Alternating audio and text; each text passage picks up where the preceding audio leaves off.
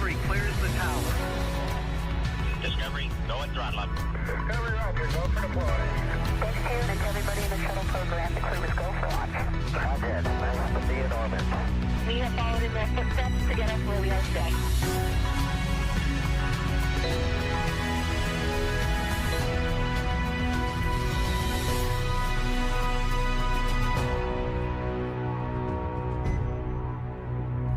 Good afternoon and welcome to our live coverage of the NASA SpaceX Crew-9 mission as it returns to Earth. Dragon Freedom departed the International Space Station at 1:05 a.m. Eastern.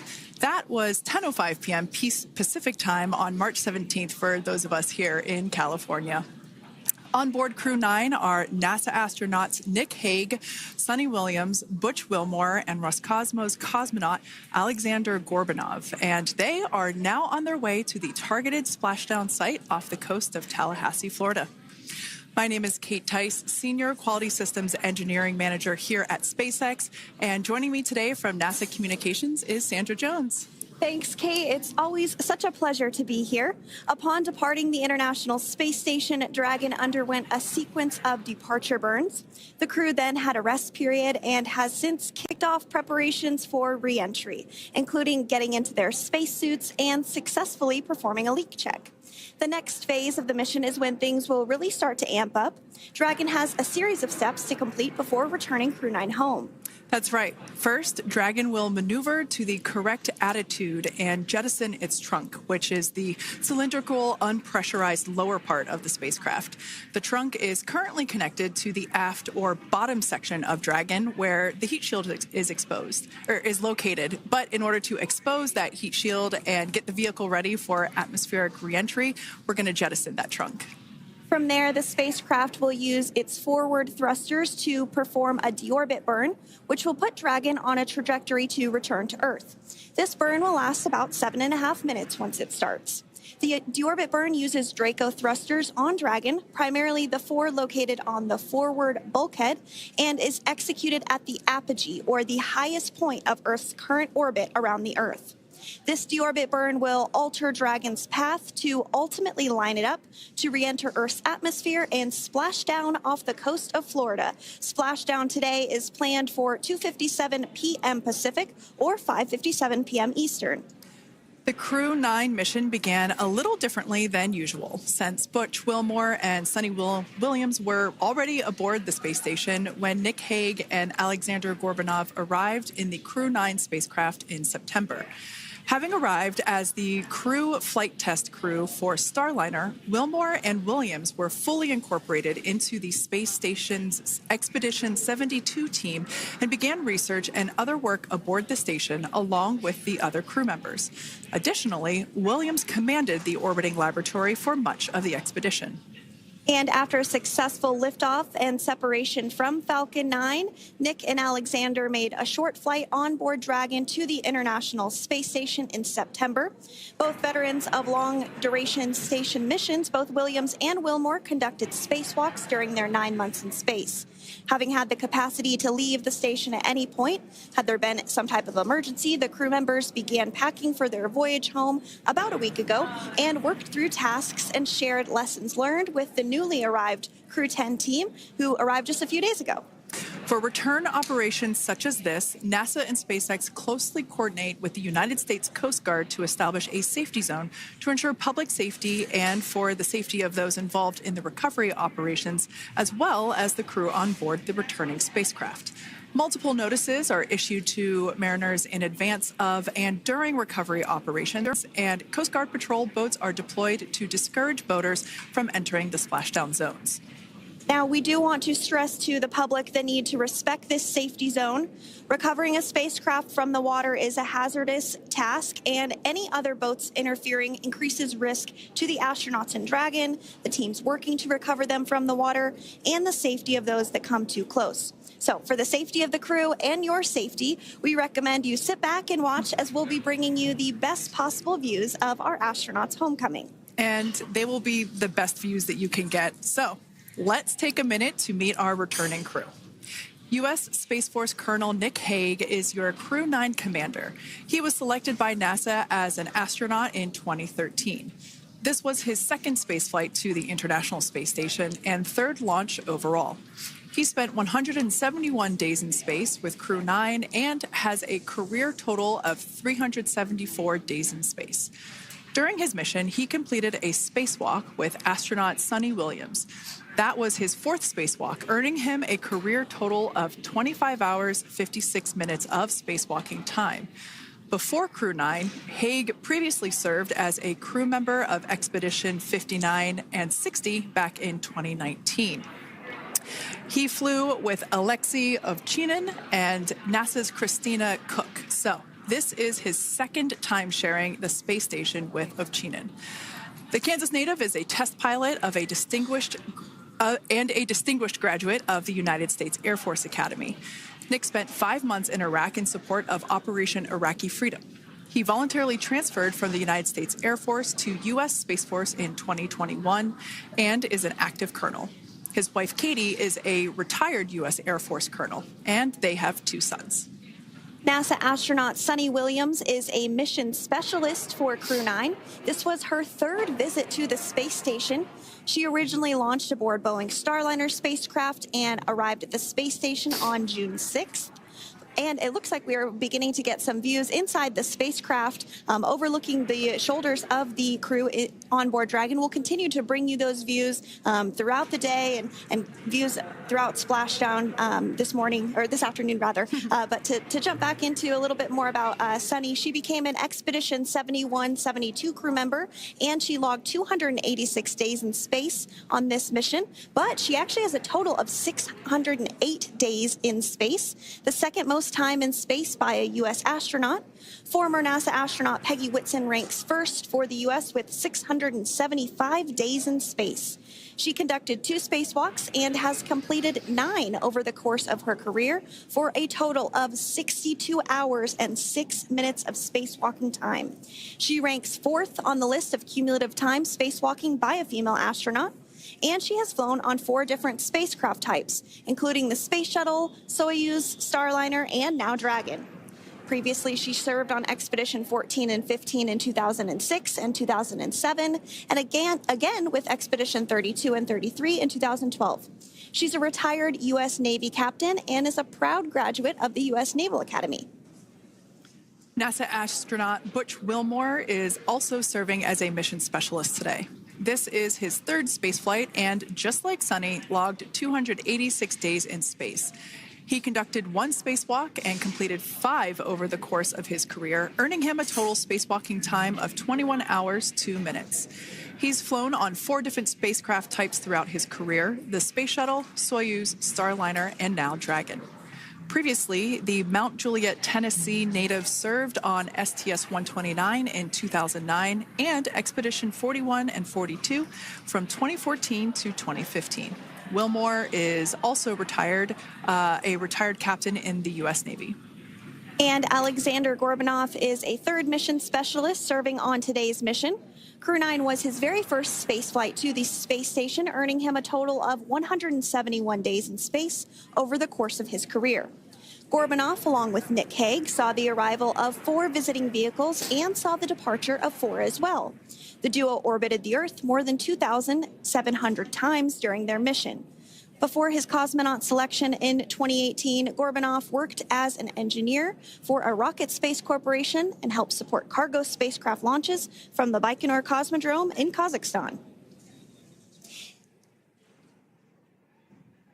To prepare for upcoming events, Dragon is currently doing a couple of things autonomously. First, it's isolating the thermal control system fluid loops from the radiator. This system is what will help keep the internal temperature of Dragon very comfortable for Nick, Suni, Butch, and Aleksandr during the re-entry phase. Dragon is also initiating separation of the claw mechanism, which will terminate data, power, and fluid connections between the spacecraft and the trunk in preparation for that trunk separation that I mentioned earlier. Now, as we saw before, we are hoping to get more views inside of the Dragon capsule. We will bring those, of course. We want to see more of our 4 crew members. But now a bit more of the Dragon Freedom capsule. It has flown on several missions for NASA. It first launched April 27th, 2022. to the International Space Station on NASA's SpaceX Crew-9 mission. It was subsequently used for 2 private spaceflight missions to the space station for Axiom Space, Axiom Mission 2 in May 2023, and Axiom Mission 3 in January of 2024. And of course, Crew-9 launched last year, is September 28th. So yeah, a little bit about the Dragon Freedom capsule. Here, a view that we have once again between the shoulders of Commander Nick Hague, who is on the left-hand side of your screen there, and Mission Specialist Aleksandr Gorbunov there on the right. That's right, Kate. And the next major milestone that we're looking ahead towards this afternoon is claw separation. We're targeting that claw separation at 2:05 p.m. Pacific time this afternoon, so less than 10 minutes from now. Continuing to get some views inside Dragon Freedom. To the far left there is NASA astronaut Butch Wilmore. And as you can see, the crew is suited up in their space suits. They are suited up in what we call dynamic phases of flight. So when they launch, when they dock, when they undock, when they return back for splashdown. We might hear some call outs on the loops about putting their visors down. That will happen just prior to deorbit burn. And you'll hear us pause when some of those communications happen. That's because we want to make sure that we are relaying the best information to you all, and so that you hear it as well. So if you do hear us pause, that is what we're doing. You also see they have their on there, and I know the gloves are pretty unique on the Dragon spacesuits, right? They're custom created? Yes, the spacesuit overall is custom fit for each astronaut. These gloves enable usage of the touchscreen panels that they have in front of them.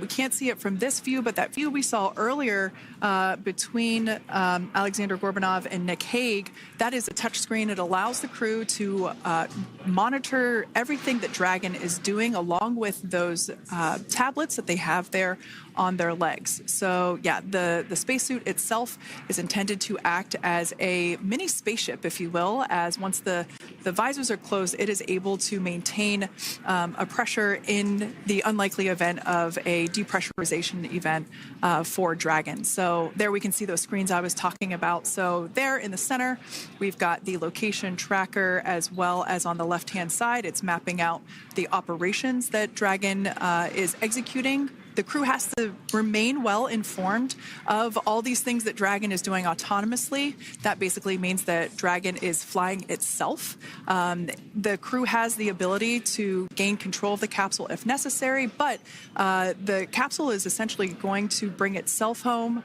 But of course, in order to be familiar with Freedom, SpaceX, deorbit sequence start in 5 minutes.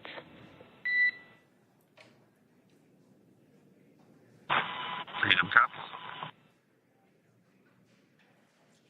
And so we did hear that call out for the deorbit sequence start to begin here in 5 minutes. That call from the ground came from the core, or Crew Operations Resource Engineer here in Hawthorne, Mission Control just behind us. And that went up to Commander Nick Hague. He's going to be doing the majority of the communications during the flight downhill today through Splashdown, and they'll be communicating with the core all along the way. Now, we did mention that they are flying on Crew Dragon Freedom.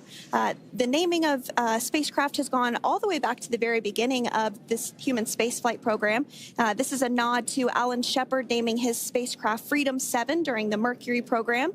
And so the crew that first flew up on Freedom a few years ago had the opportunity to name this Dragon, and they named it Freedom. That was Crew 4 that was the first flyers on this spacecraft. It's also flown for Axiom Mission 2 and 3, and then, of course, today for Crew-9 as well. Yeah, actually, fun fact about this particular capsule, of those 4 missions that Sandra just mentioned, we have seen daytime splashdowns for 2 of those. Today will mark the third of the third daytime splashdown. So there's something lucky about this particular capsule that gets daytime splashdowns. Nighttime is great because we can see even more clearly the capsule streaking through, but I personally love the daylight views because we really get even better views of the recovery team operations during that phase of the mission. Yes, absolutely. And if you follow along with our missions, you'll know that sometimes weather is a watch item when it comes to undocking and splashdown. We do splashdown in the water, so we want to ensure that parameters like wave heights and wind speeds and precipitation, lightning, all of that is looking good for the crew and the safety of those recovery personnel. And today the weather is just pristine. We got off of space station on the very first attempt. So I'm joking around and saying that it was because it was St. Patrick's Day and we got really lucky with the weather. I wouldn't disagree with that. Speaking of weather, we will be hearing from Core probably around 2:20-ish.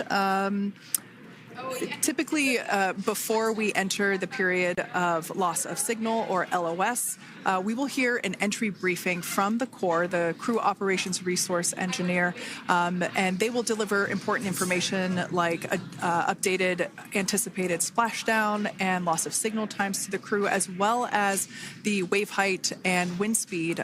So we'll be standing by to listen in on those. Like I said, that will happen shortly after. Typically after trunk separation. I can't quite remember if it's before or after deorbit burn. It must be before. But in any case, we'll be hearing all of that coming from Core. In fact, that individual is seated there in the room on your screen. That is SpaceX Mission Control in Hawthorne, California. That room is located just over our shoulders. And that is where Dragon operators are standing by on console, monitoring the progress of Dragon as it continues its way home. It's been, at the point of splashdown, it'll be about 17 hours since Dragon undocked from the International Space Station. The team there in Mission Control, there are multiple teams, in fact, and they cycle through shifts to ensure that everybody gets the required rest and sleep periods, just like the astronauts on board. And that Crew Operations and Resource Engineer is seated there in the room, and that, like Sandra said, is the primary voice that we will be hearing communicate from the SpaceX team to the crew on board. That's right. And so it looks like we're about 3 minutes or so from the claw separation portion of today's flight. The claw is a portion on the spacecraft that holds the trunk to Dragon. Following claw separation, we're going to jettison or remove that trunk because it's no longer needed. The trunk has solar arrays on it that provides power to the Dragon spacecraft. But now that we're beginning the reentry process, we need to go ahead and jettison that trunk and able to expose the heat shield, which is really going to do the heavy lifting as Crew-9 re-enters the Earth's atmosphere. They come in at 17,500 miles per hour, so they really need to ensure that that heat shield absorbs that heat, and there's... Deorbit sequence start.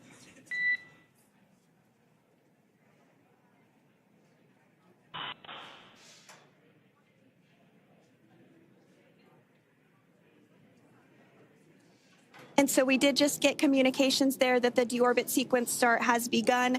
So here in just a couple minutes from now, we expect to hear information or a call back about the claw separation having begun. And again, that kicks off that trunk separation portion that I was discussing to remove that, expose the heat shield, and then eventually we'll have the deorbit burn. And we'll continue to walk you through all of these milestones as we approach them ahead of our splashdown at 2:57 p.m. Pacific time this afternoon, off the coast of Tallahassee, Florida. Yeah, we're very excited to bring the Crew-9 crew home. Sandra, we were talking about the trunk separation. That trunk is on a trajectory that will re-enter in the atmosphere and break up upon that re-entry. The heat shield itself is one of my favorite parts of the Dragon capsule. It is the workhorse of the re-entry phase. It will work to protect the Dragon capsule and the crew members on board during the re-entry phase as the temperatures outside of the capsule build up to, I believe, about 3,000 degrees Fahrenheit in excess of. And meanwhile, the interior of Dragon stays a very comfortable temperature. That heat shield does a lot of the work, and we'll see that plasma build up on the exterior of the capsule. As a result of the plasma that builds up, we will lose communications with the crew. This is known as loss of signal, or LOS.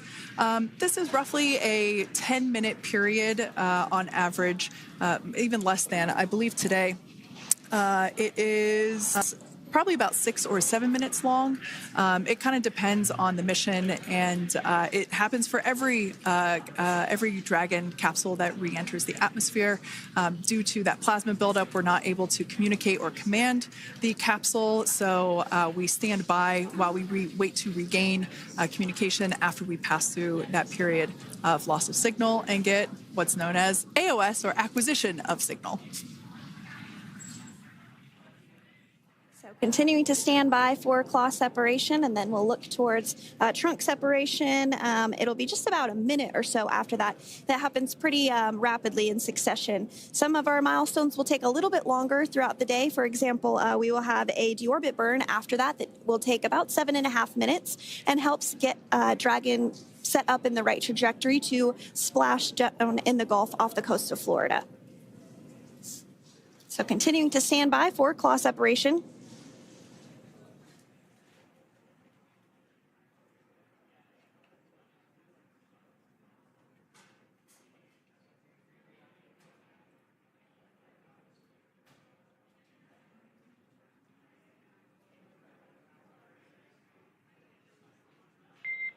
Nominal trunk jettison. All right. Freedom copies. Great news there. That trunk has been jettisoned from the Dragon capsule. So the claw was separated. That's the mechanism that connects the telemetry and power between the Dragon capsule and the trunk. In order to expose the heat shield underneath Dragon, we had to jettison that trunk, and so we just got confirmation that that has happened. So that is great news. Basically means that telemetry is looking good, and that the nitrox system is primed for cabin and suit cooling, and the heat shield, like I said, is now exposed and ready for atmospheric re-entry. The trunk served its purpose by gathering energy from the sun through its solar cells and converting that to battery power. Since we separated the trunk, we can't generate any more new power, but we really don't need to since we're coming home and Dragon has enough battery power already stored. Now, up next, the final steps that Dragon will perform prior to re-entry: the slew, or the maneuver to deorbit burn attitude, and then the deorbit burn itself. This deorbit burn is the last time that the forward Dracos, which are the 4 thrusters located on top of the spacecraft under the nose cone, it's the last time that they will ignite. The deorbit burn will place Dragon on a precise trajectory to return to the splashdown zone off the coast of Florida, off the coast of Tallahassee, Florida, and that will last about 7.5 minutes once it starts. And so deorbit burn is targeted for 2:11 p.m. Central Time, so about 2 minutes from now. As we mentioned, it's going to last about 7.5 minutes, again, helping to get Dragon into the precise trajectory to ensure that splashdown occurs in the area that was calculated and where the recovery team is already in place, ready to support splashdown operations today.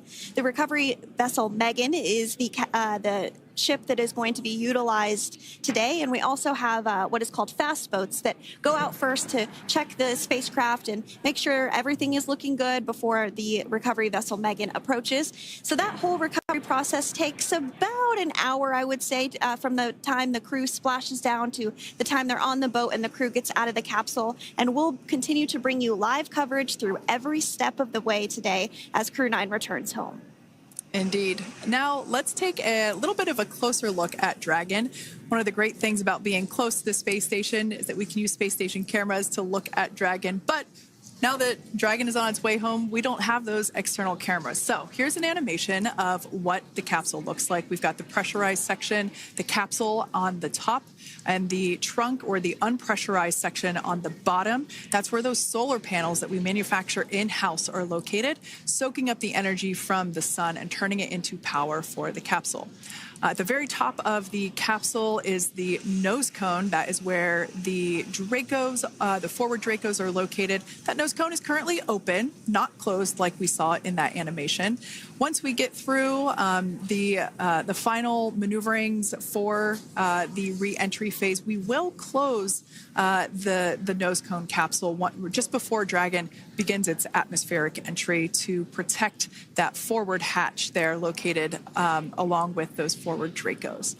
So Go ahead. That's right. I was going to mention that the nose cone does open shortly after launch, and it remains open the entire time that Dragon is docked to the International Space Station.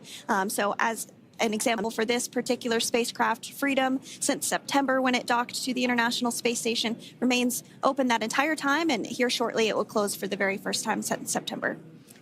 So quick recap of what Dragon has done in recent history here.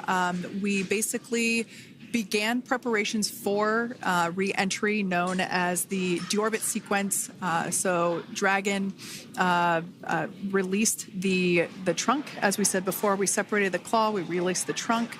It next will slew to the deorbit burn attitude. Slew basically meaning maneuver, so it will position itself correctly to execute that deorbit burn. We want the heat shield side to be facing forward, or first, if you will. We want that to be the leading edge of the Dragon capsule, as that heat shield is meant to basically be an ablative material for the heat that it will incur.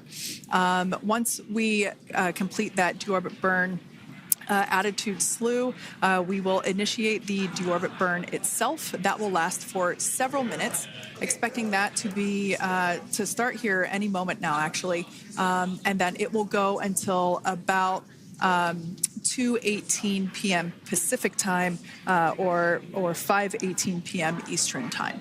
And I did hear confirmation that deorbit burn is underway. As we mentioned, it's about a 7.5-minute burn. So within the last 10 minutes, Dragon has jettisoned its trunk and initiated the deorbit burn just seconds ago.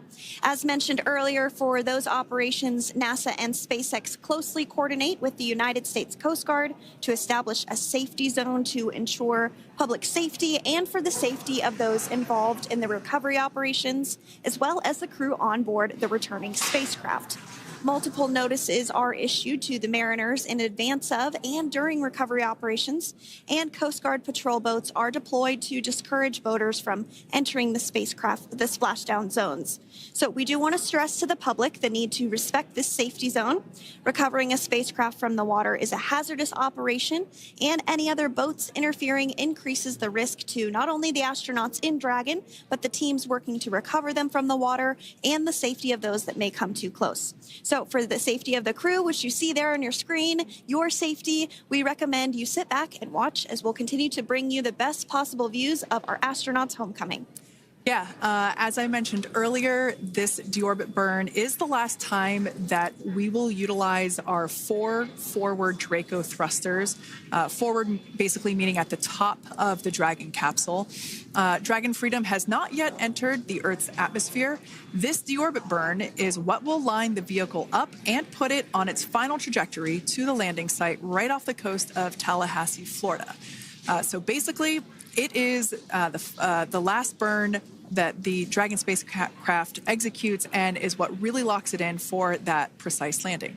As you can see on your screen right now, Nick, Suni, Butch, and Alexander are using their screens to keep tabs on the burn duration, the Draco firings, and trajectory details such as entry angle, spacecraft perigee, and how much distance remains until deorbit burn termination. As I mentioned earlier, Dragon is flying itself. So all the crew has to do is stay strapped into their seats and keep tabs on things. Although I must say, if I had one of those window seats, it would be pretty difficult to restrain myself. Now, with Nick, Suni, Butch, and Alexander ready to deorbit and splash down back on Earth, they will be heading to one of 8 targeted sites supported by SpaceX and NASA.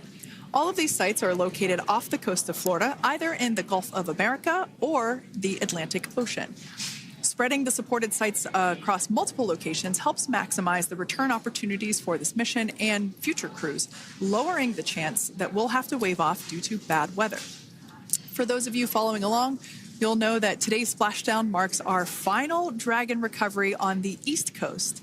After 6 great years of successful recovery operations off the East Coast, we'll be moving all Dragon recovery operations back to the West Coast. And as always, NASA and SpaceX jointly select our splashdown location. And for today, the prime recovery site is off the coast of Tallahassee, Florida. The selection process works with a lot of different variables, including the space station's orbital trajectory or path that it follows, what landing sites are available and have favorable weather, how much free flight capability Dragon has for the trip home, and the sleep schedules for the returning crew members, as well as, of course, the big one, the weather. We'll start with calculating daily return options based off of the space station's current orbit and Dragon's capabilities to maneuver and line up for re-entry. The time from undock to landing at the primary site can vary from less than 6 hours to more than 39. Getting home the quickest comes with some obvious benefits, but we always have to make sure the crew is properly rested for dynamic operations, preventing us from scheduling 20-plus hour days for them, of course. Trajectory and ballistic experts provide the daily opportunities that would line up Dragon with the 7 landing zones and split them into what we call ascending and descending opportunities.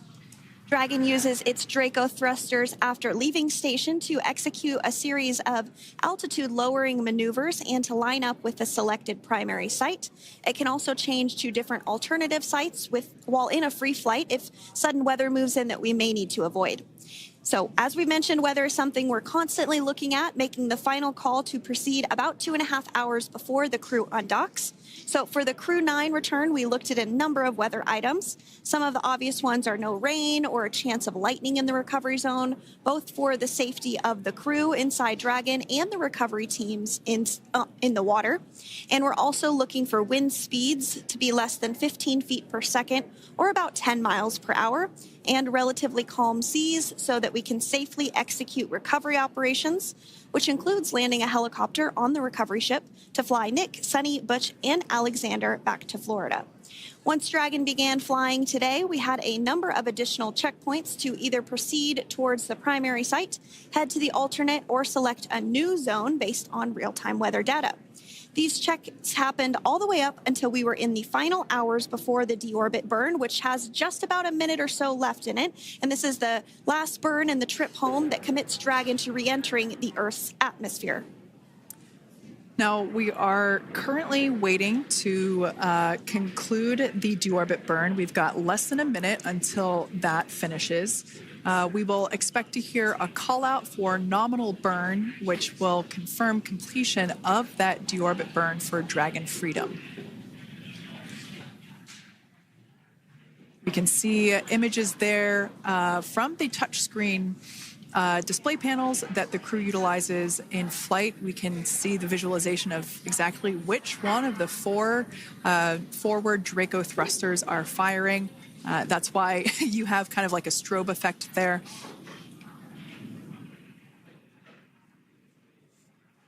And if you're just joining us, you are looking at live views of the Dragon Freedom. On your left is Commander of Crew-9, Nick Hague. To his right is Roscosmos cosmonaut Aleksandr Gorbunov, and also in Gorbunov, that is Aleksandr Gorbunov. And then also in the capsule today is NASA astronauts Suni Williams and Butch Wilmore. We're awaiting confirmation that their deorbit burn is complete, which is the last burn that's going to help set them up on a trajectory to Splashdown off the coast of Florida. Deorbit burn complete. Performance nominal. Nose cone closure initiated. Freedom copies. All right, excellent news there. We heard the words we were looking for, nominal burn. So that means that that deorbit burn was successful and nominal, meaning as expected. And we're now beginning to close the nose cone in preparation for atmospheric reentry. So in the background, Dragon is currently inhibiting those forward bulkhead Draco thrusters that we just used to complete the deorbit burn, ensuring it's safe to latch the nose cone shut for re-entry. Also, the vehicle has initiated the nitrox suit purge, which will help keep Nick, Suni, Butch, and Alexander cool and comfortable during re-entry, which is coming up in about 20 minutes from now. At this point, the nose cone is closing and protecting the forward hatch for re-entry, and the crew are using their screens to continue to monitor the locking of the nose cone, which is done by a set of hooks. And as we mentioned earlier, that nose cone has remained open since September, so this is the first time it's closing in a few months. Yeah, that's absolutely right. Now, we will be expecting, as I mentioned before, an entry brief from SpaceX Core. Again, that's the crew operations resource engineer who is seated in that room that you see there on your screen. That entry brief will provide updated times for anticipated splashdown as well as the loss of signal or period of LOS. And that briefing will also give us information such as wind speed and wave height at the expected splashdown location. But all in all, everything has been great today. All events have been executed on time as expected, and we are looking forward to a splashdown of the Crew-9 crew at about 5:57 p.m. Eastern Time or 2:57 p.m. Pacific Time. Between now and then, things are going to start moving quite quickly. In fact, if anything, this will have seemed like the slower part of the reentry phase. We're going to go through, like I said, that period of loss of signal or LOS. That period is a few minutes long where we are unable to communicate or command the capsule due to the plasma that builds up on the exterior of the capsule. That period, like I said, lasts for a couple minutes. You will start to hear SpaceX Core hail the Crew-9 crew a little bit earlier than expected because we, in the past, have actually regained communications a couple minutes earlier than initially anticipated. So we'll go through that period of loss of signal, that entry period, that specifically when the Dragon spacecraft is re-entering through the atmosphere. Approximately at about 18,000 feet when the capsule is traveling at 350 miles per hour. We will see our first views of parachutes for the day. It's one of my favorite moments of return sequences is when we get to see the drogue parachutes. We'll see the drogues come out. Those drogues will help slow the vehicle down to about 119 miles per hour. And then that is when the main parachutes will come out from the Dragon spacecraft and then ultimately end in splashdown. And we are hearing confirmation that the nose cone is closed and everything was nominal or as expected with that closure. So as we begin the second half of entry, Dragon is now beginning to inject cooled nitrox into the air being delivered to the spacesuits worn by Nick, Suni, Butch, and Alexander. Again, this is what will allow the crew to remain comfortable while external temperatures reach 3,500 degrees Fahrenheit as they re-enter the Earth's atmosphere. So the heat shield is pointing forward, leading Dragon to the landing site. Yeah. Now, speaking of the heat shield, Dragon's primary heat shield is comprised of PICA 3.0, which stands for Phenolic Impregnated Carbon Ablator. The first-gen PICA was initially developed by NASA for studying and sampling comets within our solar system.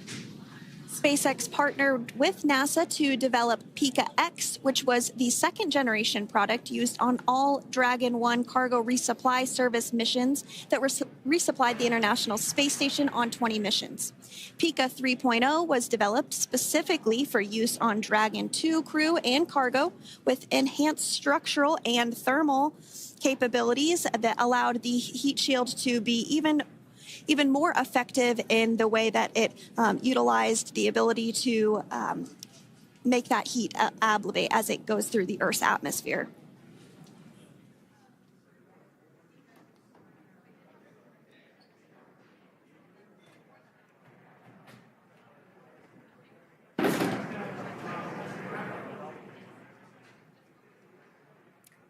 The remainder of Dragon is composed primarily of a SpaceX proprietary ablative material. It's another class of thermal protection which is lighter weight versus PICA and protects the underlying composite structure during reentry to ensure the structural capabilities are maintained. While Dragon will experience temperatures well over 3,000 degrees during peak reentry conditions, the characteristics of the thermal protection system coupled with the environmental control and life support system in the pressurized interior will ensure that Nick, Suni, Butch, and Alexander stay cool and comfortable during all phases of reentry through Splashdown. Now, if you've just recently joined us, we hope to regain views of our crew members inside Dragon Freedom, but we don't have those available at the moment due to ground station coverage. So we will bring those back to you as soon as we can. Now, after Dragon Freedom has re-entered the Earth's atmosphere, a series of parachutes will deploy to slow the crew's descent. First will be the 2 drogue parachutes, followed by the 4 main parachutes, and those will guide Dragon to its first contact with Earth since it launched back in September. Dragon will automatically deploy these parachutes when different pressure and positioning sensors on the spacecraft detect that they're at the right speed and altitude. Vehicle velocity at drogue deploy is approximately 350 miles per hour, and they deploy at about 18,000 feet. Now, when the vehicle velocity at main deploy is approximately 119 miles per hour, and they deploy at about 6,500 feet.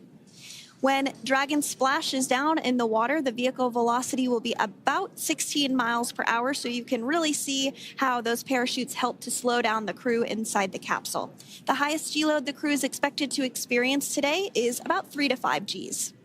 Yeah, when you think about really fun roller coasters, they're about in that range. So I'm sure that our crew on board will be well equipped to experience those Gs. It's nothing for them. They go through much more intense training. And so we are continuing to make our way through a number of milestones today. We did have trunk separation. Freedom, SpaceX. Nose cone is secure for entry. Freedom copies.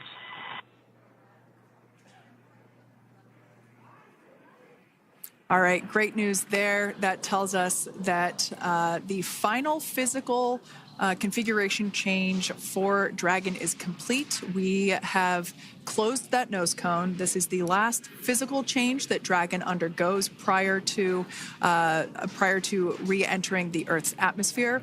It's important that that nose cone is completely closed because underneath it is not only where the 4 forward Draco thrusters are located, but it's also because that is where the forward hatch is located. That is the hatch that is utilized for the crew to ingress and egress from the station while it is docked on board. And since our capsules are flight proven and we reuse them on future space flights, we want to make sure that all of the integrity of that hardware remains intact. So that nose cone is successfully closed, and we're going to start moving pretty quickly here. As I mentioned before, we'll go through loss of signal. We'll get that signal back several minutes later, and then we'll see the parachute action. Yep, and then that's all ahead of Splashdown off the coast of Florida. We're targeting Tallahassee as our splashdown zone today at 2:57 p.m. Pacific time this afternoon. Now, you did mention the call to the crew. They'll do some additional calculations following that burn and potentially let us know if that splashdown time has changed at all. But right now, we are continuing to target 2:57 p.m. And you can see there on your screen a path of where Dragon will be re-entering today. So if you are in the southern tip of Mexico, you might have the opportunity to see Dragon. Because it's a daytime splashdown, you probably won't have too great of views, but potentially you'll have the opportunity to get a glimpse of it there. Once again, Dragon operators, they're monitoring the progress of Dragon through this re-entry phase. That is SpaceX Mission Control, located here in Hawthorne, California. That is also where the crew operations and resource engineer is seated. That person is the voice that we have heard multiple times and will continue to hear as the primary point of contact to the crew on board Dragon Freedom. We will also hear the voice of Commander Nick Hague. Basically, after we hear the Corps communicate something, we will hear Nick Hague indicate that they copy, that they heard the message well, some sort of recognition that the message was received. And if you joined us yesterday for our coverage during the undocking, we were communicating through something that's called a big loop. We do that when we're in integrated operations with the International Freedom, SpaceX, for entry sequence. Report when ready to copy. Ready to copy. All right, I've got some updated times for you. Our comm blackout start time is 2144. Our comm blackout end time is 2151, and our splashdown time is the same per your displays, 2157.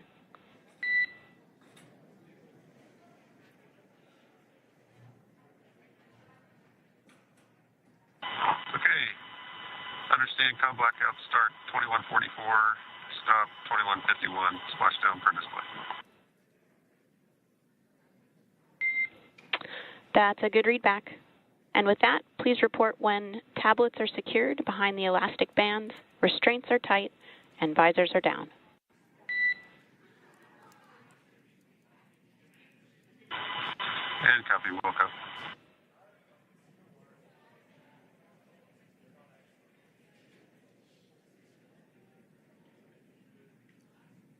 And with that communication from the Corps or Crew Operations Resource Engineer here in Hawthorne to Commander Nick Hague of Crew Dragon Freedom, we did hear that the loss of signal period is still at 2:44 p.m. Pacific, but we had a 1-minute adjustment to the acquisition of signal. That's going to now be at 2:51 p.m. Pacific time. However, our splashdown time remains the same at 2:57 p.m. Pacific time this afternoon off the coast of Tallahassee, Florida. So all good news there as Dragon continues to make its way home with the Crew-9 crew. As we've mentioned before, we are splashing down on the Gulf Coast. We have ability to splash down on either side of Florida, but the location site just outside of Tallahassee, Florida is the site that was selected today due to best recovery conditions. And as Sandra mentioned before, weather is always a watch item, but everything is looking great for that particular recovery location. So I'm sure once we start getting views from the recovery vessel, I have a feeling it's going to be a pretty beautiful afternoon. And we did mention that, of course, this is a daylight splashdown, so we should be getting some great views. We do have a couple of spacecraft called the WB-57, which are high-altitude planes that NASA utilizes during splashdown operations. Those are en route and going to be tracking the capsule as it makes its way through the atmosphere and should be providing some good views for us. Kate and I were just chatting about how we haven't had a daytime splashdown in a little while, so we're looking forward to the views along with you. Yeah. Nighttime views are also great because we can see that capsule streaking through the night sky quite brightly. So like Sandra, you said earlier, daylight will be a little bit less bright, but we will definitely be able to see the SpaceX recovery team operations much clearer.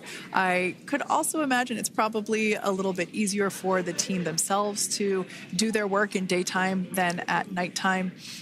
We'll see them rush in really quickly with a couple of fast boats as they begin the initial safety checks and sweeps of the Dragon capsule, while also retrieving the parachutes from the surface of the ocean. The recovery vessel, the main recovery vessel, will continue to make its way closer to the Dragon capsule. It is stationed a couple miles away from the actual recovery location, the splashdown location, for obvious safety purposes. So it takes a little while for that vessel to make its way over, but once it's closer, we'll have even better views of those recovery operations. And you may be wondering why sometimes we splash down in the daytime versus the nighttime. And believe me, we would all love for these operations to happen during regular daytime working hours. But unfortunately, orbital mechanics just doesn't quite work out that way. So it has to deal with the location of the International Space Station, as well as where the splashdown zone is on Earth and that trajectory, as well as the phasing. So as we mentioned earlier, sometimes we have phasing as short as 6 hours, sometimes in excess of 30+ hours. It just depends on where the targeted area is that the capsule is going to splash down. So today's phasing has been 17 hours since undocking occurred at 10:05 p.m. Pacific yesterday evening for us here in Hawthorne. Early wee hours for folks on the East Coast and other areas of the United States. Yeah, but regardless of whether it's daytime or nighttime, the SpaceX recovery team has trained and practiced and rehearsed for it all. So regardless of daylight, they are really efficient with those operations. And but like you said, Sandra, it has been a minute since we have seen a daytime splashdown on a NASA SpaceX crew mission. The last daytime recovery was on Crew-9, which was the debut flight for the capsule flying today, the spacecraft known as Dragon Freedom. And so, yeah, kind of a fun fact there in terms of the timing of that daylight splashdowns. Once again, standing by for more communication with the crew. The next event that we have coming up is the start of that period known as loss of signal. That is the period still expected at 2:44 p.m. Pacific time. This lasts for several minutes while the capsule is making its way through the Earth's atmosphere. The heat shield located at the bottom of the capsule, really doing all the work at that point in time in terms of using the atmosphere to slow the capsule down from its orbital speeds of 17,500 miles per hour. Our tablets are secure, restraints are tight, and visors down. We are configured for entry. Freedom, I copied. Tablets are secured, restraints are tight, and visors down.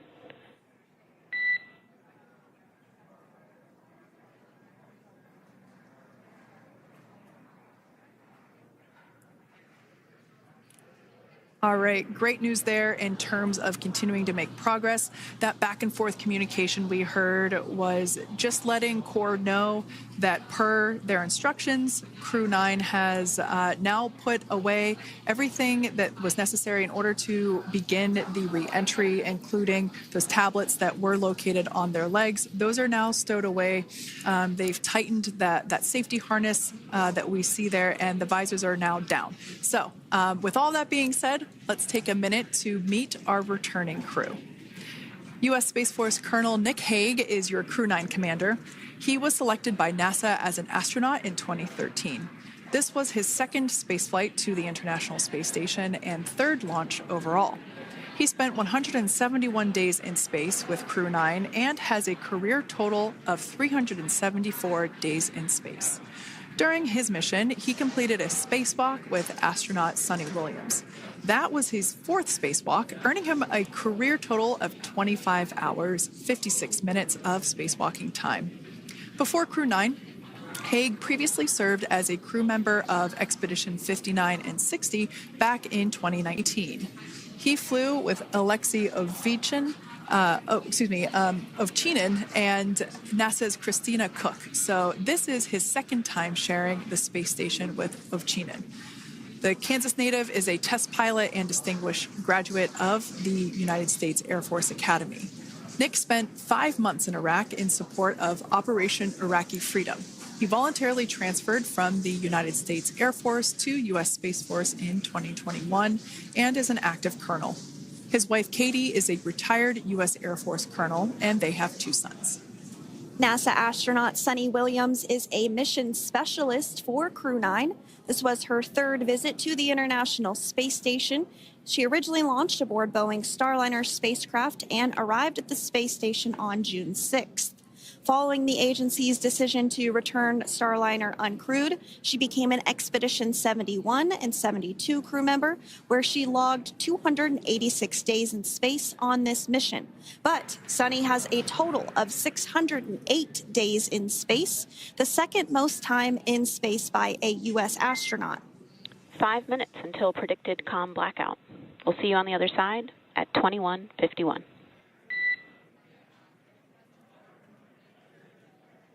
.2151. Talk to you soon.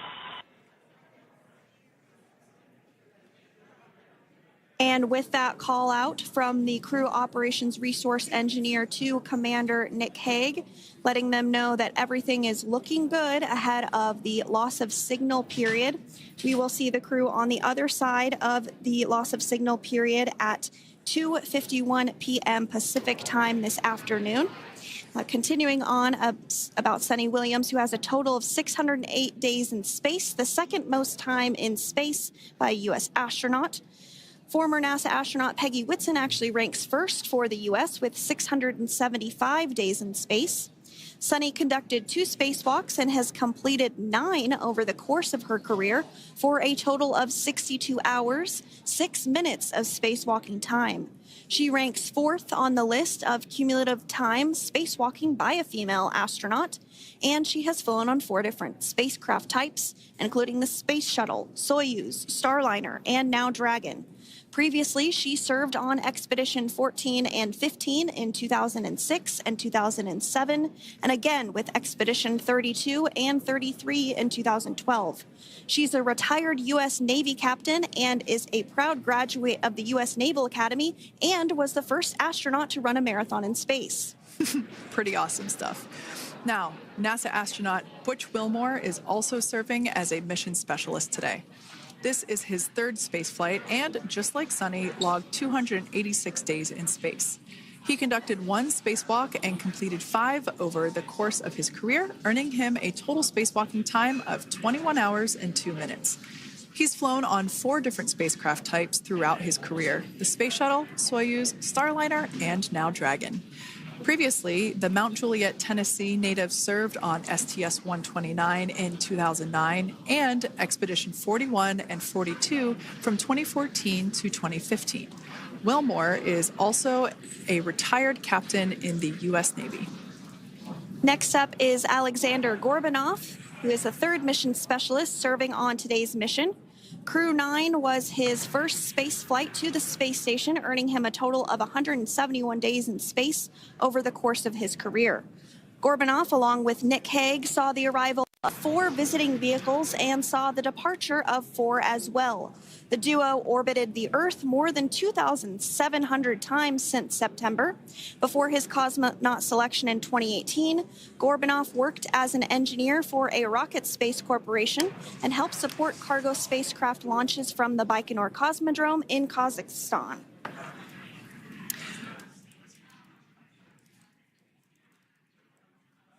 So if you are just joining us, we are continuing to bring you live coverage of Crew-9's return to Earth following their mission aboard the International Space Station, where they completed science and research investigations.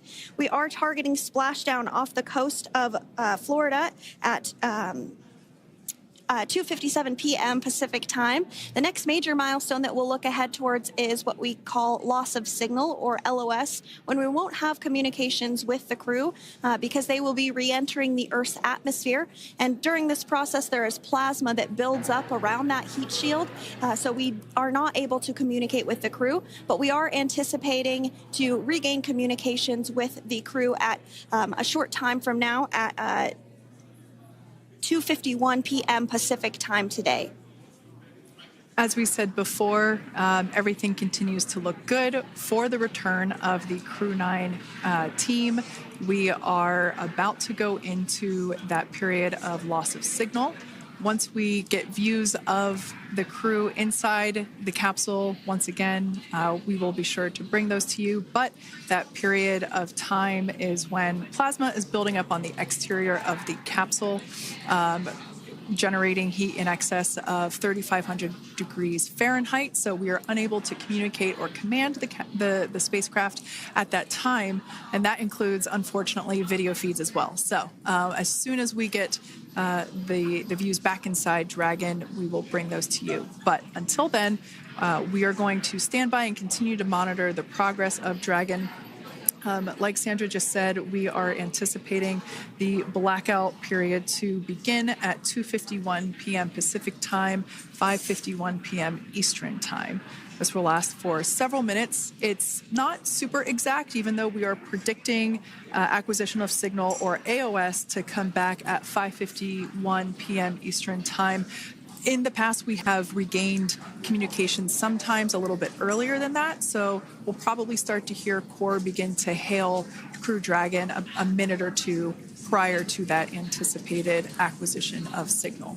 But right now, Nick, Suni, Butch, and Alexander are seated in their seats inside Dragon Freedom. Their visors are down, and they have put away or stored the tablets they had located on their upper leg to monitor Dragon's progress. Now they will be utilizing the touchscreen displays where the current operation and future operations will be displayed as they are able to monitor Dragon's progress continually. As I said before, Dragon is autonomous, meaning it is flying itself. So the crew stands by and monitors, and those touchscreen displays are what will be allowing them to do so and prepare for events such as parachute deploy. And while on board the International Space Station, Nick, Suni, Butch, and Alexander contributed to over 900 hours of science and research investigations, which is really the key purpose of the International Space Station. Now, the International Space Station is celebrating a major milestone this year where they will be celebrating 25 years of continuous human presence in November. So if you're younger than 25 years, you've never known a day where there hasn't been a human living and working aboard the International Space Station, contributing to key science and research investigations that impact our lives here on Earth. There's research being done on Parkinson's, on osteoporosis, on cancer research, and a variety of other studies. Additionally, the microgravity laboratory provides a jumping off point for us as we venture back to the moon and onto Mars through longer duration space flights. One such example that the crew worked on during this mission was an alternative exercise device. In microgravity, the crew has to exercise for about 2 hours a day because they're not having the effects of gravity on their body. So to prevent bone and muscle loss, we counteract that with 2 hours of exercise per day. On board the International Space Station, they have 3 ways in which they can exercise. They have a bike, they have a treadmill, and they have a similar to a weightlifting machine that counteracts the microgravity environment. But a particular experiment that this crew tested out was a combination of all 3 of those in one smaller device, and this is really critical as we continue on to the moon, Mars, and beyond, because space is really important in spacecraft. So if we have something smaller that the crew might be able to utilize, that can potentially help us venture out even further into the solar system. So science is really the name of the game when it comes to the International Space Station. Some of the other science highlights that took place during this increment that are particularly interesting to me was we had the first wooden satellite that was deployed. This is a study to see if other materials might be more resourceful or renewable in space. So I'm really excited to see the results of that one as well. Additionally, we had a couple of spacewalks that took place to not only provide maintenance to the International Space Station, but also where we swabbed the outside of the space station near vents to see if any microbes that we all have microbes on us, to see if any of those could survive in the harsh environment of space, which again is very important for us to know and understand as we continue to the moon, Mars, and beyond. Very exciting stuff. Now, at this point, we have now entered the communications blackout period for the Dragon spacecraft. This lasts approximately 7 minutes due to plasma formation around the spacecraft itself. During this time, no vehicle telemetry is received by mission control or the recovery team, and no external commanding of the vehicle or voice communication is possible. But as a reminder, Dragon is designed to fly itself. During re-entry, the vehicle will be slowing down from orbital velocity, which is approximately 17,500 miles per hour. The top temperature that Dragon will experience upon re-entry is 3,500 degrees Fahrenheit. This blackout period, as I said before, we expect it to last about 7 minutes today, concluding at 5:51 p.m. Eastern Time or 2:51 p.m. Pacific Time. We right there have our first view of Dragon Freedom coming home to Earth. And that view is from the WB-57, which is one of NASA's high-altitude planes that is tracking. Now, because of the way that this camera is configured, it does look like it is dark, but it is indeed daytime, and you're beginning to see that plasma trail as Dragon re-enters the Earth's atmosphere. All of that is expected. We are anticipating an acquisition of signal around 2:51 p.m. Pacific time, so just minutes from now, and you may hear the core begin to hail out or call Dragon for communications and see if we can potentially get communications with them a little bit earlier. Following this, we'll have two events in rapid succession. We'll have the drogue parachutes deploy at 2:53 p.m. Pacific, followed by the mains just 1 minute later at 2:54 p.m. Pacific time, ahead of a splashdown at 2:57 p.m. Pacific time off the coast of Tallahassee, Florida.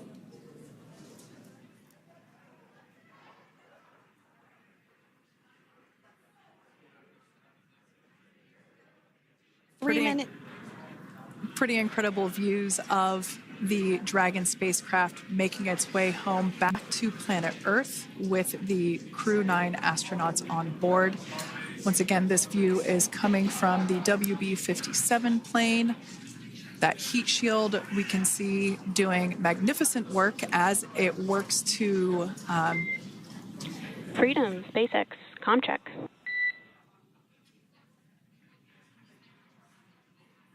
All right, we're going to start hearing the SpaceX crew operations resource engineer. SpaceX Freedom is with you. 4.6 feet. Enjoying the ride. Copy that, Freedom. Great news there from Commander Nick Hague reporting back. We see a healthy flight computer. Expect automated chute deployment. Freedom copies. Like we said before, things moving very quickly as Dragon Freedom makes its way home. Next event coming up will be deployment of the drogue parachutes. This occurs around 18,000 feet. GPS has converged. Expect nominal altitude for drogue chute deployment.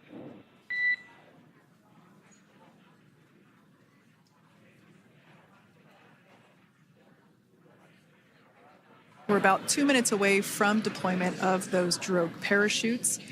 Now the heat shield is continuing to work to slow the vehicle down. That entry period, the Dragon spacecraft went from orbital velocity about 17,500 miles per hour down to about 350 miles per hour. So it really gives you a sense of why that plasma builds up on the exterior of the capsule, thanks to the heat shield and the work that it does. Those drogue parachutes will slow it down from 350 to about 119 miles per hour. We can see 15 kilometers. Brace for drogue window. We can see seat rotation happening inside the capsule. Great to get those first views of our crew members. Once again, the capsules are going about 350 miles per hour when the drogues are deployed. Those drogue parachutes that we manufacture here in-house are going to slow the spacecraft down to 119 miles per hour. And that is when we will see the main parachutes deploy, and that occurs about 6,000 feet above the ocean's surface. And we are expecting drogue deployment at 2:53 p.m. Pacific, so we should see it any second now. And there you are getting a great view of Crew-9 inside Dragon Freedom as it returns back to Earth. We are awaiting the drogue deploys. This view coming from the WB-57 high-altitude plane. And there you see it on your screen, drogue deployment. Drogue descent rate nominal. You can hear the crowd here. Visual on 2 healthy drogues. Crowd here very excited as Dragon Freedom continues to make its way back to planet Earth.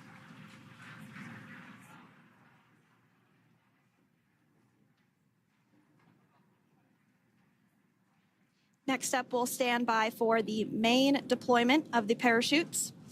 The mains are quite a bit larger. You'll be able to notice the difference on your screen once they deploy, and they continue to ensure that the Dragon spacecraft slows down even further As we mentioned, Freedom will be traveling 16 miles per hour when it splashes down off the coast of Tallahassee, Florida, here at 2:57 p.m. Pacific time this afternoon. And there we go. We have visual on 4 healthy mains. That view was from inside. Freedom copy. And That view was from inside one of the buckets where the parachutes are located. So we see a great view there of the reefing on those parachutes. And as those main parachutes begin to inflate fully, 4 beautiful, healthy mains. Now awaiting visuals of Splashdown. Next Freedom 1000. We'll start to hear Commander Nick Hague. Copy 1000.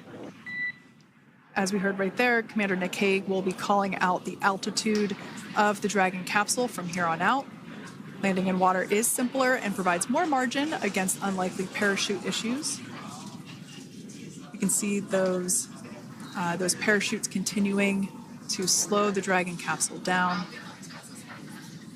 And if you're just joining us, you're looking at 800 meters. a live view of Crew-9 just minutes away from splashing down off the coast of Tallahassee, Florida. Splashdown 2 minutes from now at 2:57 p.m. Pacific. We do have 4 healthy mains really doing the job there. Just breathtaking views of a calm, glass-like ocean off the coast of Tallahassee, Florida. Crew-9 just minutes away from splashing down. This is really such an incredible shot. Copy 600. That was a live view from our recovery vessel, Megan, which is stationed a couple miles away from the splashdown site. We can see the crew there using their restraints as resting places for their arms.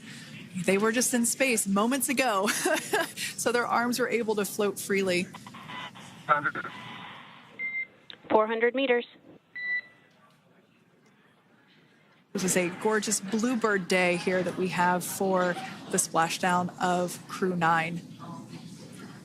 It's incredible to think that the Dragon capsule just minutes ago was going over 17,000 miles per hour and now gently coasting to a soft splashdown. 200. Copy 200 meters. Brace for splashdown.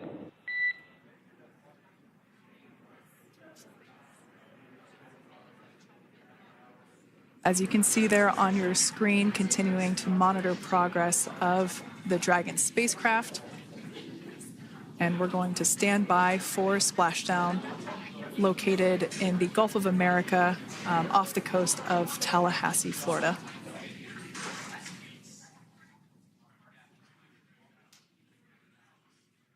And splashdown. Crew-9 back on Earth.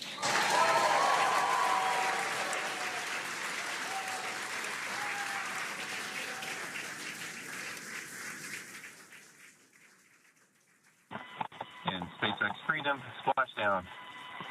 Good main release. Copy splashdown. We see main chutes cut. Nick, Alex, Butch, Suni, on behalf of SpaceX, welcome home.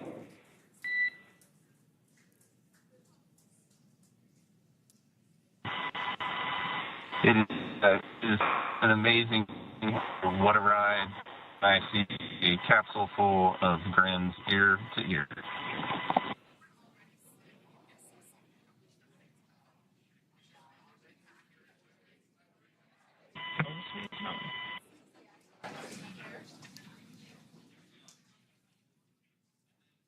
And as you can see on your screen, we have visual confirmation of splashdown.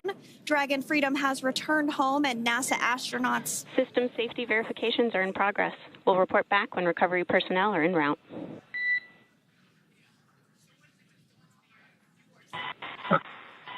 Understand. And, we're in section 2, 4.800 landing response. And looking for your word on if it is necessary.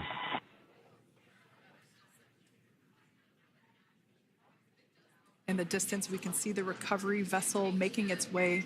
Copy, you're in section 2 for the environmental assessment in 4.800. That is not necessary today. Understand. Raising bus. So we will continue to have communications between the Corps and Nick Hague, the commander of Crew Dragon Freedom, which just splashed down 2 minutes ago off the coast of Tallahassee, Florida. Dragon Freedom has returned home with NASA astronauts Nick Hague, Suni Williams, Butch Wilmore, and Roscosmos cosmonaut Aleksandr Gorbunov. They're back on Earth after approximately 17 hours of a return journey from space. The SpaceX recovery ship and team have been waiting for Dragon's splashdown, and they will now make their way to the splashdown location. The teams have been ready and waiting about 3 nautical miles away, so it's going to take them about 30 minutes or so to make their way And to SpaceX Freedom. Pretty sure we're in stable 1. Copy, stable 1. We see the same. It's going to take about 30 minutes for the recovery team to make their way over to Nick, Suni, Butch, and Alexander, who are still seated and secured inside that Dragon spacecraft there on your screen. Incredible views there of that thermal protection system, or TPS. That Dragon capsule was pristine, white color before it departed the station, and we can see how the reentry phase, the thermal protection system did its job. Now, if you're wondering what that hole, that like bucket area is, that is underneath the side hatch. That is where the main parachutes were stored. So when we saw the Dragon capsule docked at station, it looked very different. The panel that protects and covers the main parachutes, that was still intact, as well as the panels that enclose where the drogue parachutes are located.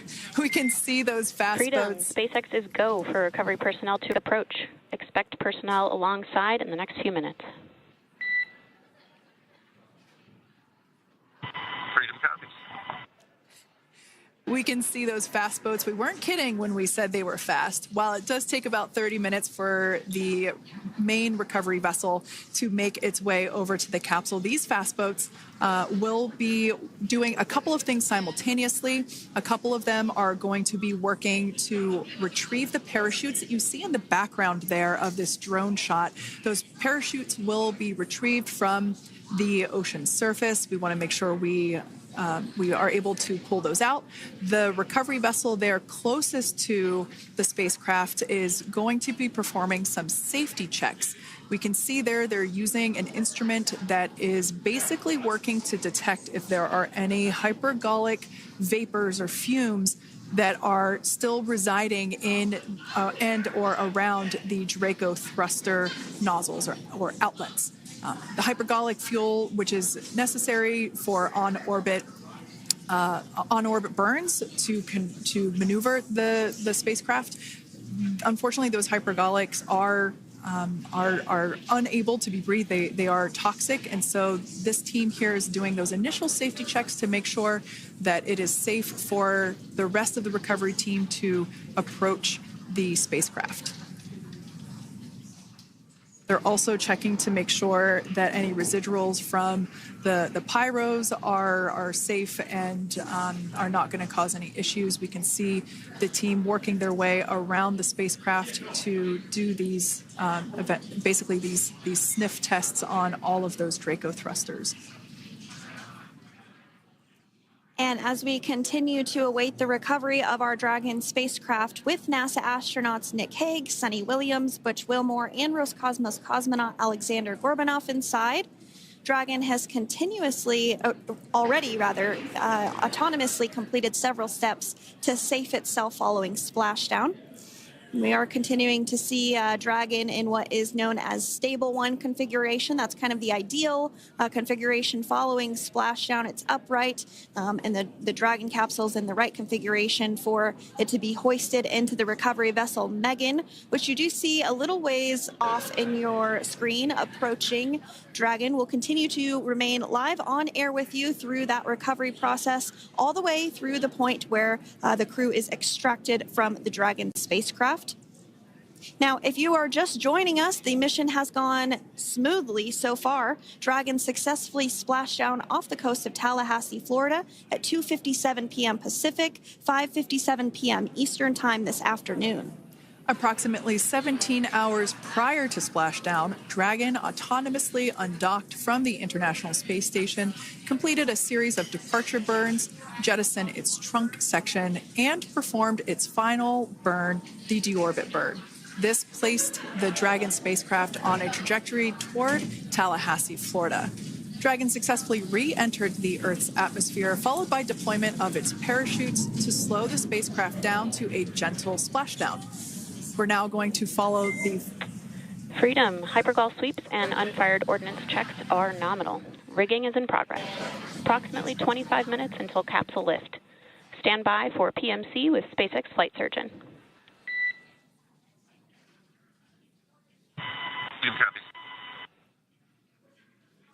And so what we did just hear there was communications that those hypergol checks were complete. They didn't find any of that upon those checks, so we'll continue to move through the timeline. Next up is a process called rigging, which you see happening right now on your screen. This is when a SpaceX recovery personnel actually works to climb aboard the capsule and work through procedures ahead of lifting onto the nest of the recovery vessel Megan. We heard it's going to be about 25 minutes or so until that lift actually takes place.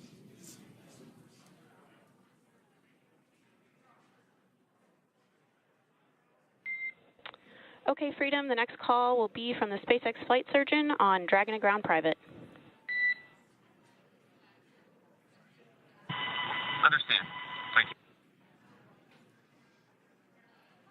callouts there indicating that the crew will have the opportunity to do a quick check-in with the SpaceX flight surgeon.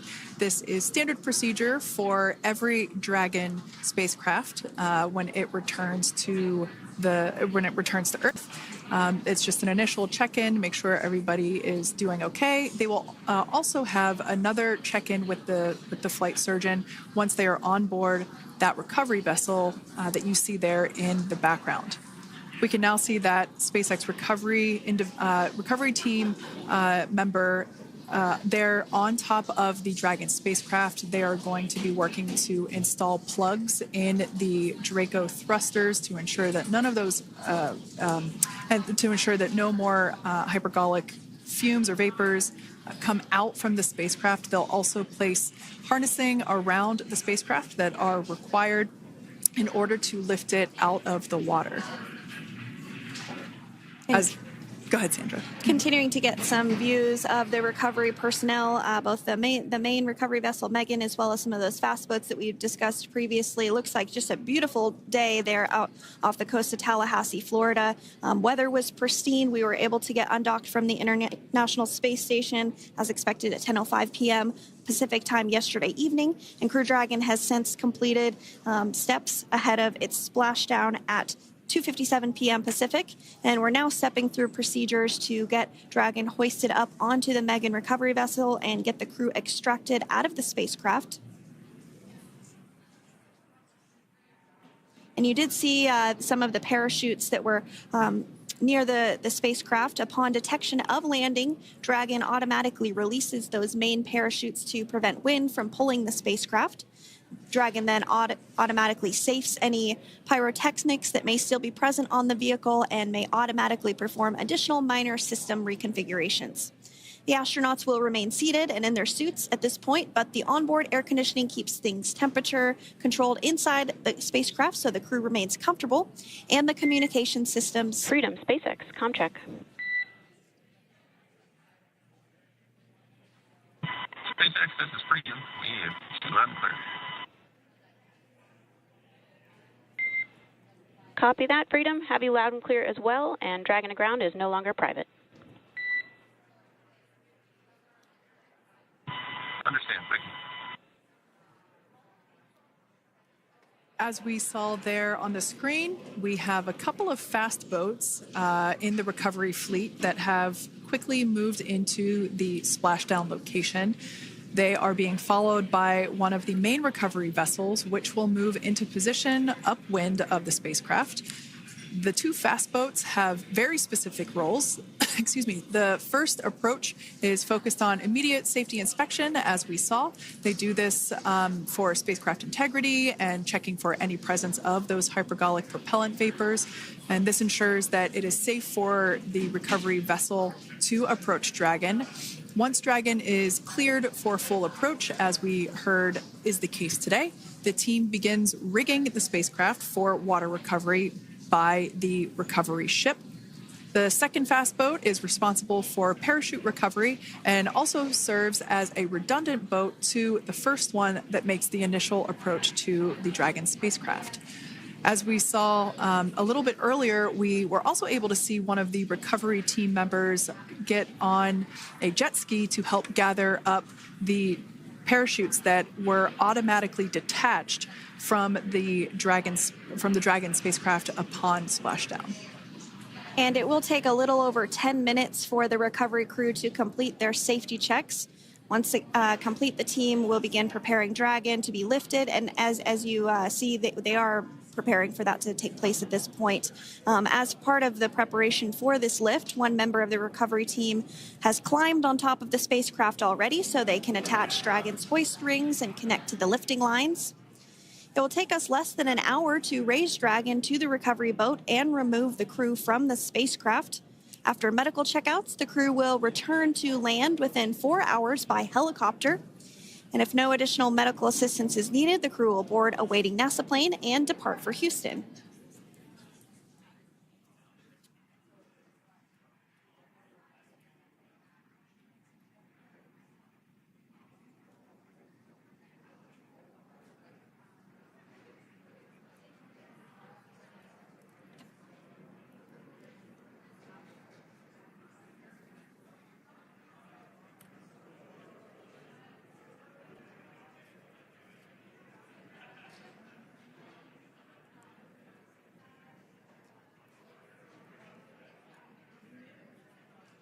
And as we continue to await Dragon to be hoisted up onto the ship, we have a very special treat. NASA Public Affairs Officer Jaden Jennings, who is actually on the recovery vessel and had a bird's eye view of the splashdown today. Jaden, how are you? How was the view from the recovery vessel? Hi, Sandra. How do you hear me? I've got you loud and clear, Jaden. It's so great to hear you. Awesome. So Splashdown, Sandra, was nothing Freedom, short of be advised. spectacular. We are transitioning the forward link. Comm will be unavailable for approximately 5 minutes. Freedom compass.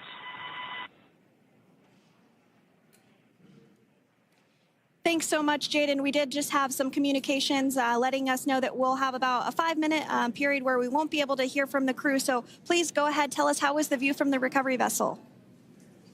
Absolutely. Yeah, I was mentioning earlier, Splashdown was nothing short of spectacular. And we were stationed about 1.5 nautical miles away from the splashdown zone and had great visuals here on the recovery vessel Megan. We actually saw a little of the smoke trail as the spacecraft was coming in, and then moments later we spotted those drogue chutes, and this was quickly followed by 4 healthy white and orange main parachutes. We then tracked Dragon all the way down as it slowly propelled into the ocean. And I think I speak for all of us on the ship when I say a new core memory was made today, and we are looking forward to having Crew-9 on board with us a little later. Jaden, that is amazing. Now, obviously, we are watching it here on camera, and the landing conditions look pretty good, but how was it from your perspective? What is the sea state out there?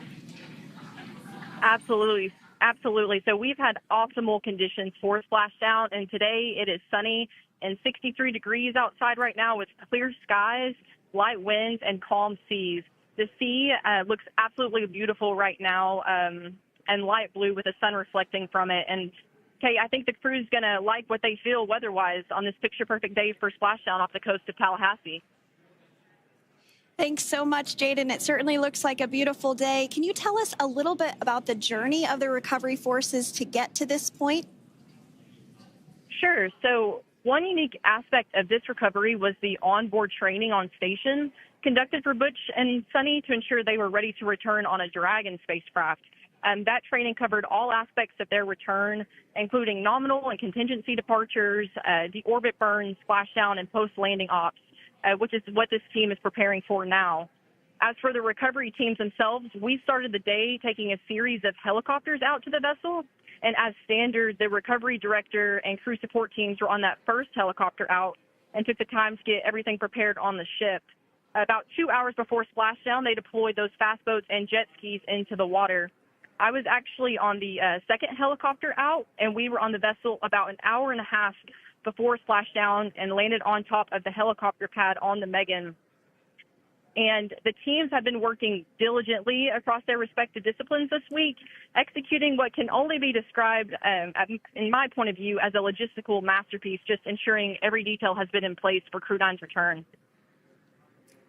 That is such great news. I'm so glad that you're able there to experience it in person. Now, can you tell us a little bit about what's next to retrieve the crew for the recovery personnel on board? Yeah, Kate. So coming up next, Dragon will be hoisted into the on-deck translation system, or the nest, at the aft end of the ship, and then will be translated pretty quickly towards that egress platform. We'll perform another series of safety checks as final precautionary measures just to make sure there are no hypergolic vapors present before opening that side hatch. And then once that side hatch of the spacecraft is open, the crew will be assisted out of the capsule one by one from NASA and SpaceX. Freedom, SpaceX, ComCheck. Freedom's got you loud and clear. Thanks, Nick. I've got you loud and clear as well. We have completed our forward link transition. Copy.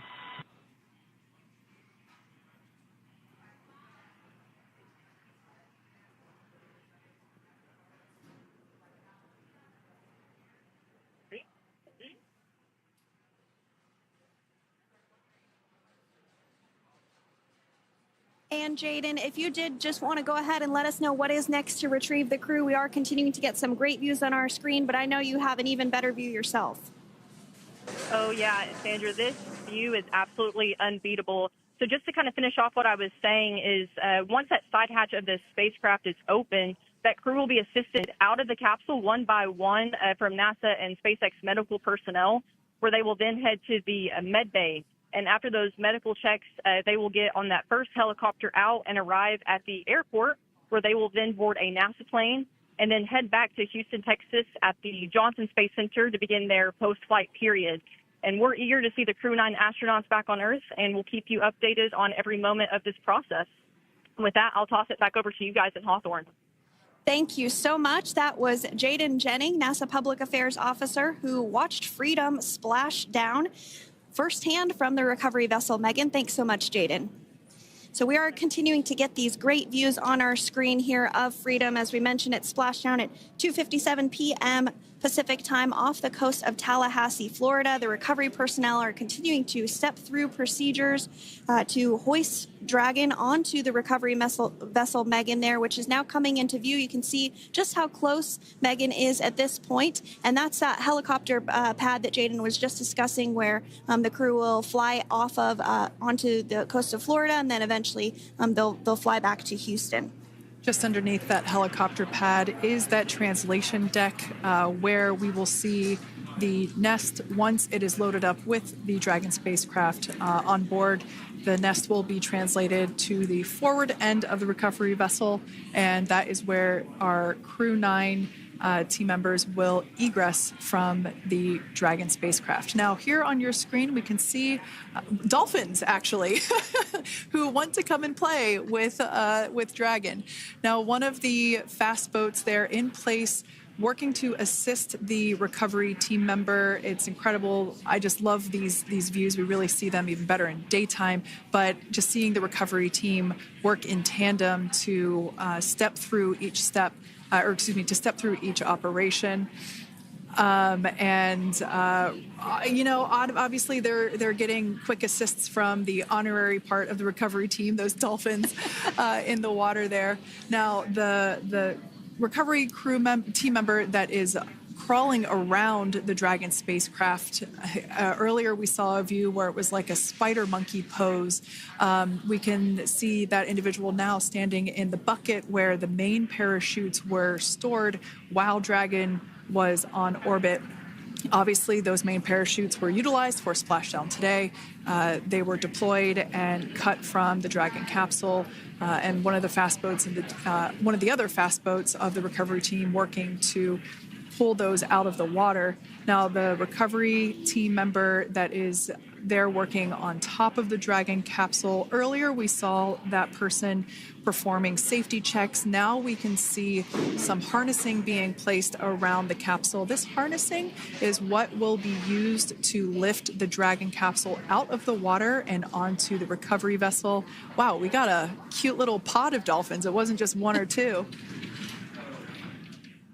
I mean, that water just looks beautiful. We had ideal splashdown parameters today. Obviously, wave height, ne'er a concern. The weather is beautiful, as Jaden mentioned, in the 60s, sunny. Looking forward to seeing Crew-9 exit the capsule here shortly once they get hoisted onto the recovery vessel Megan. We can see that recovery vessel slowly but surely closing the distance there between... Oh, dolphin cam back again. We can see that the Dragon capsule and the recovery vessel, that distance is closing.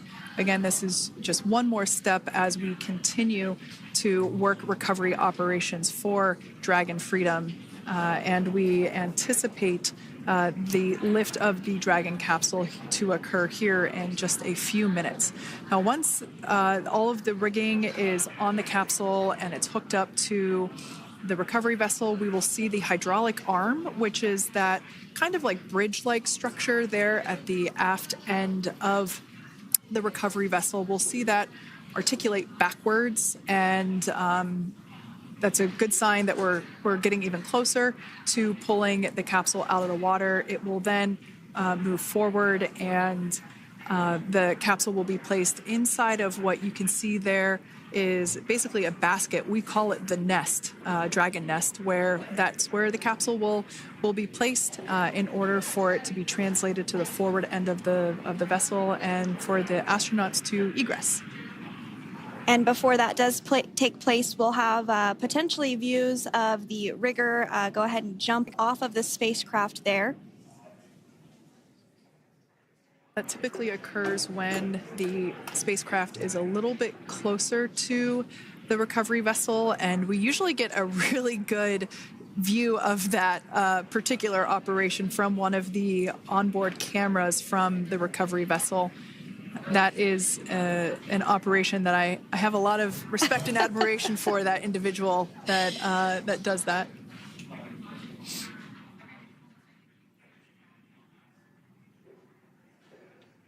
So again, Dragon continuing to get closer and closer to the recovery vessel Megan. You see some of those ropes now coming into view as well. If you are just joining us, Crew-9 splashed down off the coast of Tallahassee, Florida at 2:57 p.m. Pacific time with NASA astronauts Nick Hague, Butch Wilmore, Suni Williams, and Roscosmos cosmonaut Aleksandr Gorbunov. They're now working through procedures to hoist this spacecraft up onto the recovery vessel Megan. We just saw that hydraulic arm get lowered into the lifting position. That arm will be the mechanism that is utilized to lift Dragon up and out of the water and into the nest located there at the aft end of the recovery vessel. And the recovery vessel being used today is, as we mentioned multiple times, is named Megan, but that's actually after NASA astronaut Megan McArthur, who flew on Crew-2 a couple of years ago.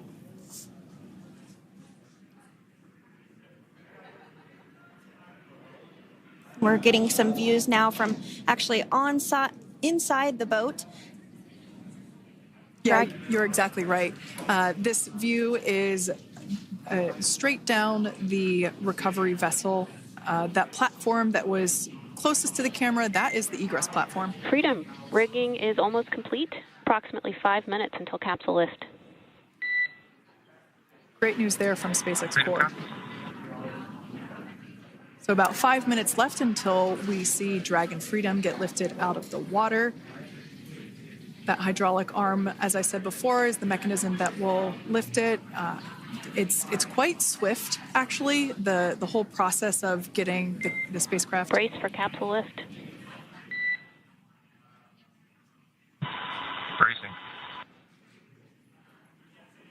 There it goes, Dragon Freedom being lifted out of the water and onto our recovery vessel, Megan.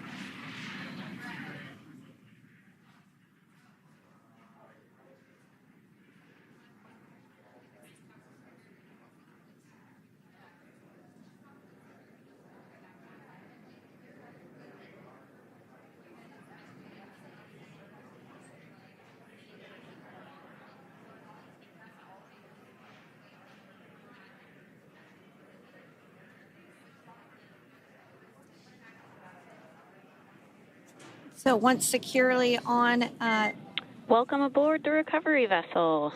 Recovery personnel are completing final checks and stand by for translation to the egress platform. Freedom copies. Great news there, letting us know that Dragon Freedom has been successfully recovered from the water's surface. If you've just joined us, we had an on-time splashdown at 5:57 p.m. Eastern Time, and we can now see that the water recovery operations are continuing to progress. The nest where the Dragon spacecraft is located is going to get moved forward. This will happen after one of the recovery crew members does some checks, and we'll also see some hosing. Obviously, the spacecraft splashed down in salt water. Salt water is corrosive, and we want to try and rinse out as much of the salt water as possible to reduce that corrosion on the metallic structures. So we can see some guidance there being provided, really steering the spacecraft properly into the Dragon's nest. and it's been 30 minutes since Dragon splashed down, and as you can see there, the spacecraft is already on board the recovery vessel Megan. Things continuing to move very smoothly today throughout the entire operations from the deorbit burn up until this point as well. And Freedom, it looks like the positioning wasn't quite right, so they are working on repositioning the capsule in the nest now. Okay, copy that. Thanks. And with that, the team is just going to adjust the Dragon spacecraft a bit so that it's in the right position ahead of translating up a little bit closer ahead of the side hatch. So the team is now going to step through the procedures to ensure that that takes place. While Dragon does fly itself autonomously, it clearly is unable to park itself autonomously. We want to make sure that the Dragon capsule is properly seated there in that nest.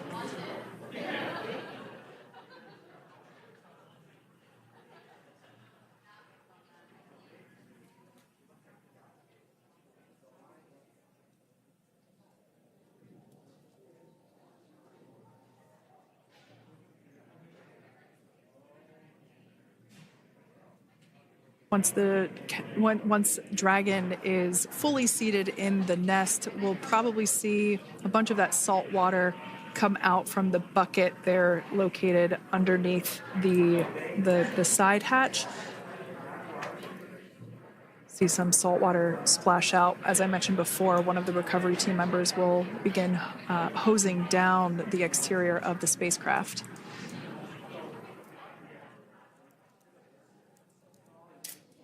So you are continuing to get some great live views on your screen of Crew-9, which includes NASA astronauts Nick Hague, Suni Williams, Butch Wilmore, and Roscosmos cosmonaut Aleksandr Gorbunov, who splashed down off the coast of Tallahassee, Florida, 2:57 p.m. Pacific time this afternoon.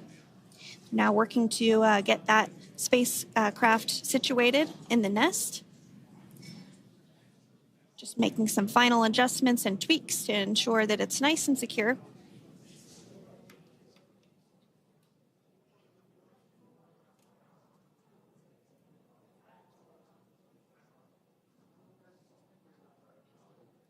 Once the spacecraft is seated and secured and oriented correctly in the nest, Dragon will be moved into the hangar located underneath that helipad that we saw earlier from the aerial views during recovery.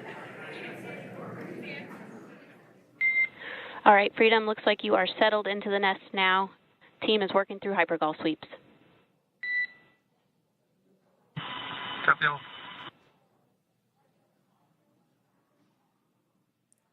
Call out there telling us that the recovery team is doing the second round of those hypergolic sweeps. This helps ensure that everyone, all the recovery team members that are located basically right where this camera is located on, towards the forward end of the recovery vessel, that they will all be safe once the spacecraft is translated forward. So we're just doing some additional steps to make sure that the hypergolic propellant that is utilized for maneuvering the Dragon capsule while on orbit, making sure that none of those vapors are still present on the exterior of the capsule. That's right. And there are a variety of individuals on board the boat that help with recovery operations. Not only do we have the recovery personnel that you see here, but we also have a doctor that will check out the crew members as standard procedure. As with any spacecraft that is returning from space, we always perform a medical check with the crew. So you will see the crew come out of the capsule and be placed on stretchers, just like with the Soyuz landing and with all of our Dragon splashdowns. That is the nominal procedure.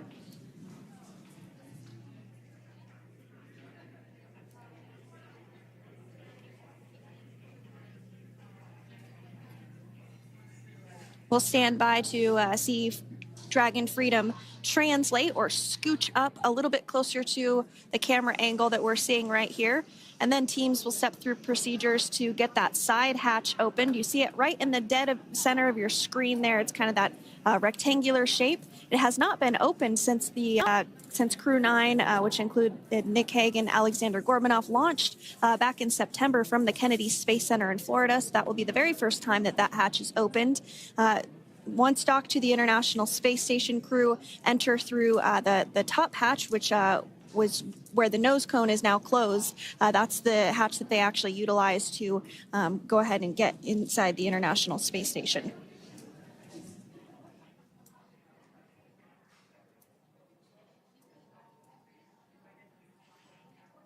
So as we get a little closer to that hatch opening procedure, you might start to see more individuals come into frame for some of that support. The ship has a maximum capacity of a little over 40 people on board, and it takes a variety of different roles, as we've discussed, to support. Also on board is the chief of the astronaut office for NASA. That's Joe Acaba.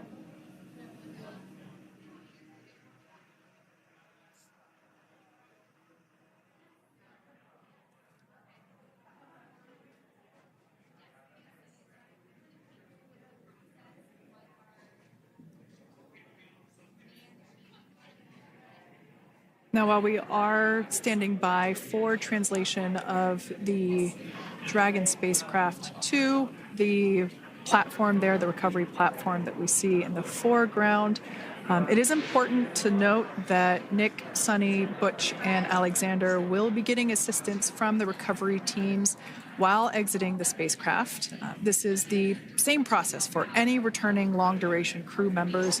As you could imagine, returning to a gravity environment can wreak havoc on our vestibular system, which is responsible for maintaining balance and motion. Of course, safety is our number one priority with this operation, so we'll see the crew members helped out of the spacecraft one by one, and they will be assisted the few feet to the medical quarters aboard the boat. And on board Dragon are three veteran space flyers. That includes Nick Hague, the commander, as well as Butch Wilmore and Suni Williams. Aleksandr Gorbunov is completing his very first space flight on this mission, and he completed 171 days in space along with Nick Hague.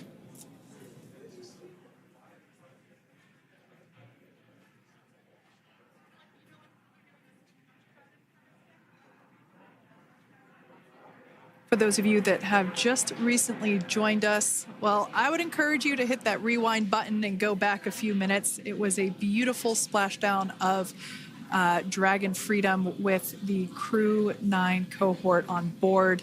They had an on-time splashdown at 5:57 p.m. Eastern Time, 2:57 p.m. Pacific Time. We can see that the spacecraft... Freedom translation is in progress. Copy, and seal it. We can see that spacecraft was successfully recovered from the ocean surface and is now being washed with fresh water, as obviously they splash down in salt water. So we're trying to rinse off as much of that salt water as possible. And we can see the spacecraft continuing to move closer and closer to that recovery deck. Freedom, the crew is working on side hatch opening now. Expect hatch open in about 2 minutes. Okay, copy that. And Kira, just wanted to say that to you guys, you and the team did an awesome job, both uphill and downhill. Just really, really impressed. Thank you. Thanks, Nick. It's been an honor. This is a pretty exciting moment coming up. We are working to open the side hatch. One thing that may not be obvious from, just looking at the spacecraft here is that this side hatch that we're about to open, the last time it was open was when this spacecraft was at the launch pad. This side hatch is what is used for initial capsule ingress and final capsule egress, but all comings and goings from the spacecraft while it is on board the space station are from the forward hatch, which is located at the top of the spacecraft under that nose cone. So this is a pretty exciting moment because it will be the crew's first breath of fresh air since boarding their ships at the start of their journeys last year. And the very first person that will have the opportunity to say hello to the crew once that hatch is open is a SpaceX medical recovery personnel representative. Then we'll see procedures take place to remove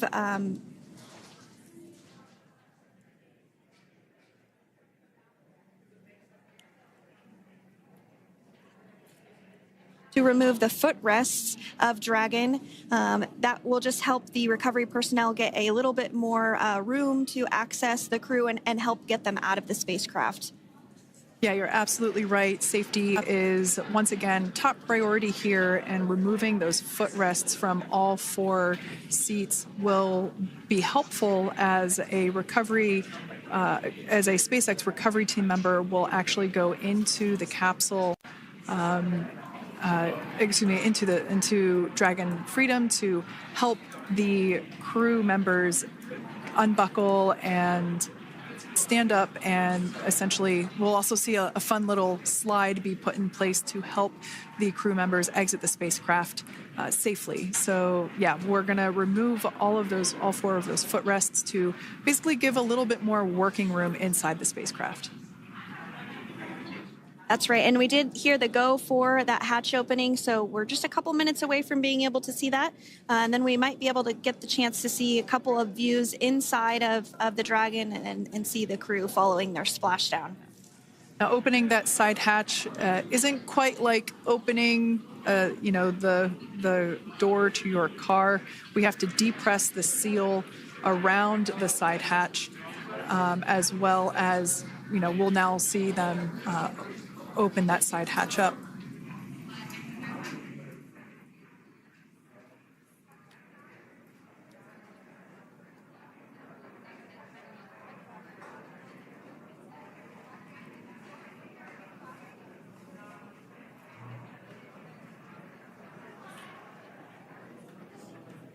And there you have it. The side hatch is open for the first time since September.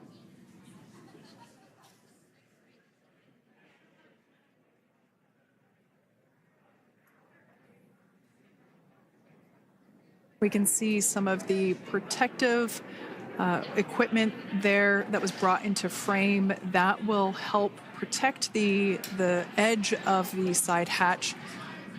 One, from any potential damage. Oh, we can see the recovery crew member there taking photos of the side hatch seal. This is part of the standard operation for recovery. These photos will get saved into our procedure. We'll then install that protective frame around the side hatch. This helps to ensure that the side hatch itself, the edges of it, incur no damage while crew members are coming out from the spacecraft.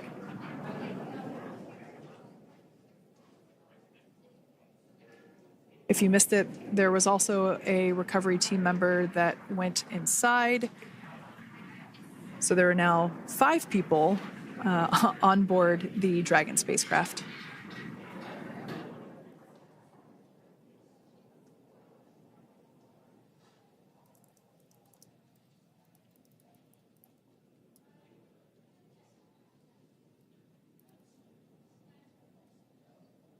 And if you are just joining us, it has not yet even been an hour since Crew-9 splashed down off the coast of Tallahassee, Florida at 2:57 p.m.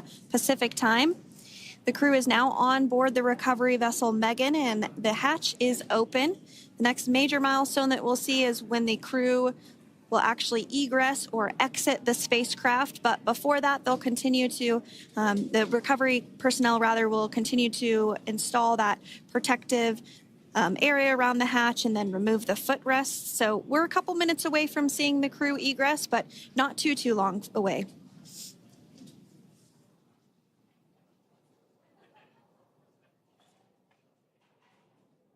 We'll probably see those footrests being handed out here in the near future, as I mentioned before. Oh, of course, we got to get a well-documented photo of the moment. Although we can't see it from here, I'm pretty sure there are 4 smiles on board right now. And we did hear that report out from the commander, Nick Hague, following Splashdown, that there were four smiles as far as he could see. Yeah, capsule full of grins. Now, generally speaking...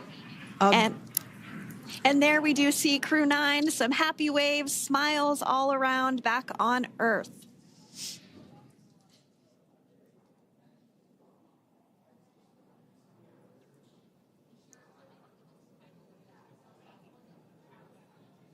Generally speaking, we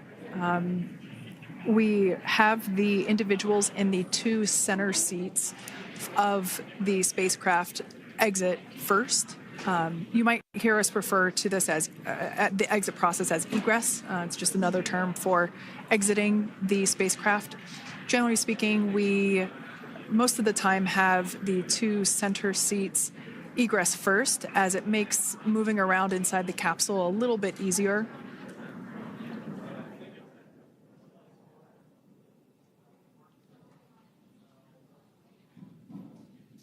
We can see the tablets that were previously located on the upper leg of the crew members. We can see those being handed out to the recovery team. Those were taken off prior to the entry phase, to spacecraft reentry. Those had to be stored and secured prior to dynamic operations.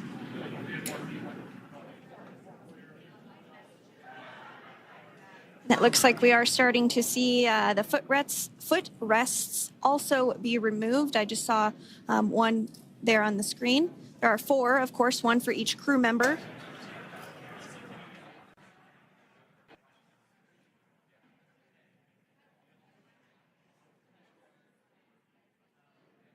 Those footrests are made out of carbon fiber and are actually sized appropriately for each crew member, as everybody has different measurements and different leg lengths. Same goes for the armrests and the bucket length of each seat. We size those appropriately for the crew members and to ensure their comfort and safety. I believe we just saw the little ramp that is used to help slide the crew members out from inside the spacecraft. And once the crew does exit Dragon Freedom, they will be placed on to a stretcher to go to a medical bay for medical checkouts. This is standard procedure for all Dragon spacecraft flights that Splashdown crewed, as well as for our Soyuz spacecraft that land in Kazakhstan.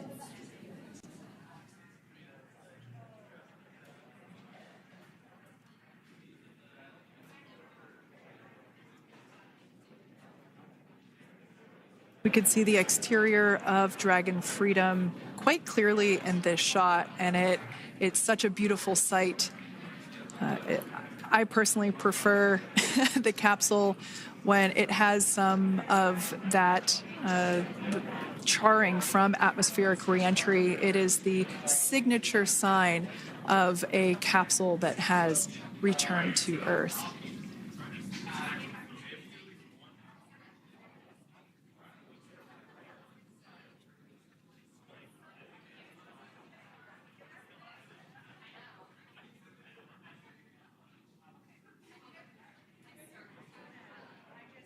Continuing to stand by for our first crew member to egress or exit Crew Dragon Freedom following their splashdown at 2:57 p.m. Pacific time. Dragon undocked from the International Space Station at 10:05 p.m. Pacific just yesterday, so it was about 17 hours of phasing.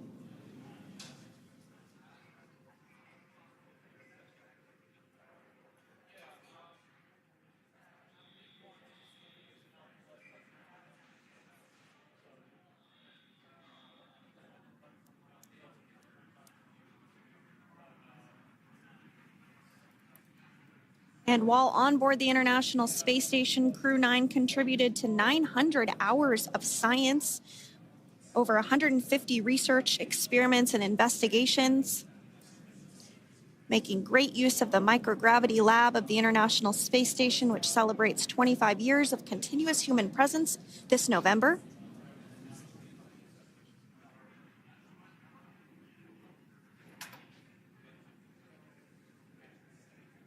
Looks like we're about to get our first crew member here upon egress of the Dragon spacecraft.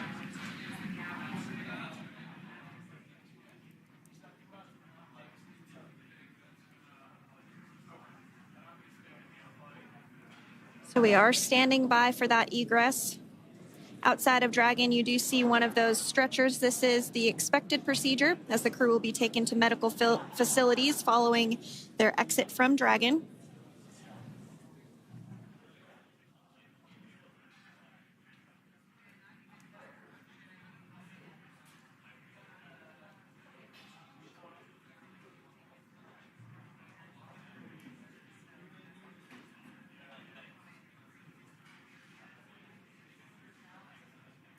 We can see folks on board clapping as our first crew member.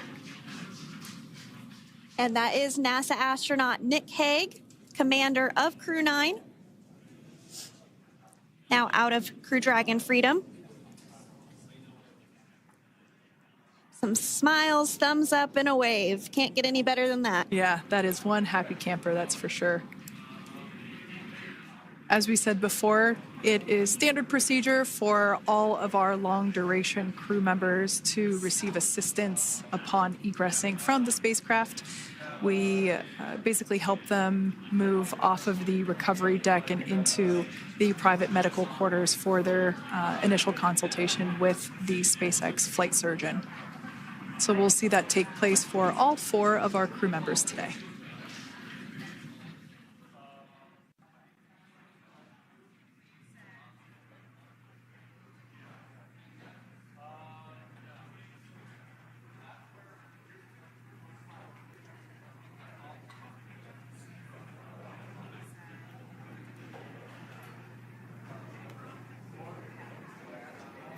And we are standing by for the next crew member to exit Freedom.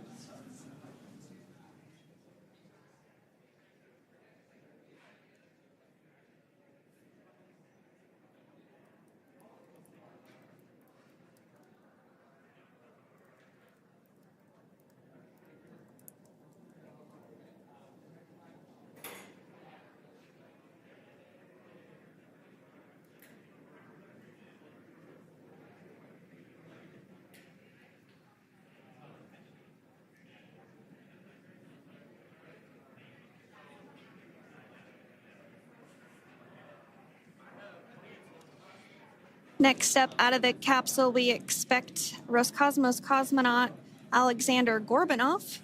His first space flight. Spent 171 days in space alongside NASA astronaut Nick Hague. Looks like we're getting some cheers and clapping on board as Alexander is slid down the little ramp and placed into the mobility aid. Once again, big smile.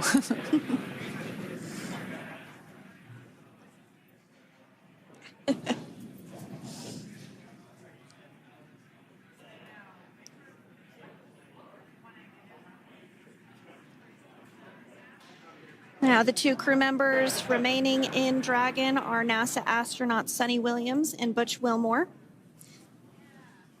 They completed 286 days in space. One of the remaining footrests being removed from the Dragon spacecraft.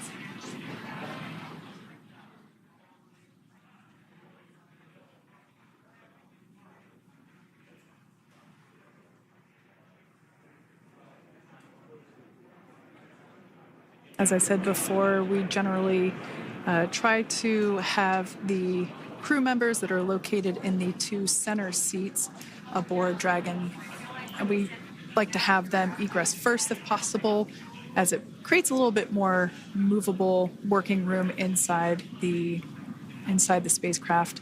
There is a recovery crew member inside that is helping all of our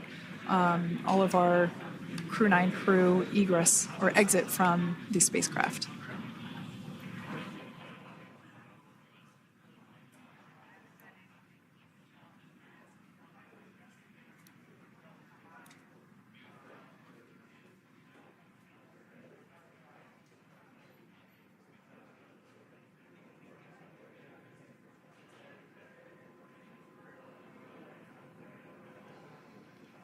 We are standing by for the next crew member to egress or exit Crew Dragon Freedom following the splashdown not even an hour ago at 2:57 p.m. Pacific time.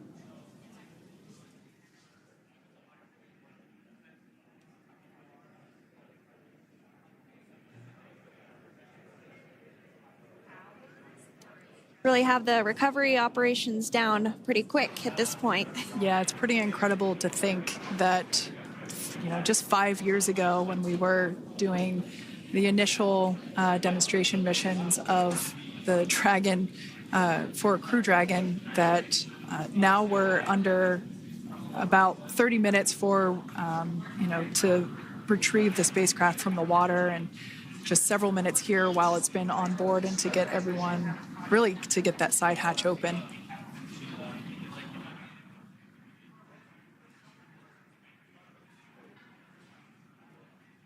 For those of you that have just recently joined, the Dragon had an on-time splashdown. It looks like we're getting our next crew member here.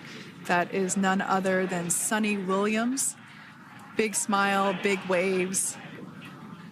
She, like her other crew members, now will be assisted onto the mobility aid.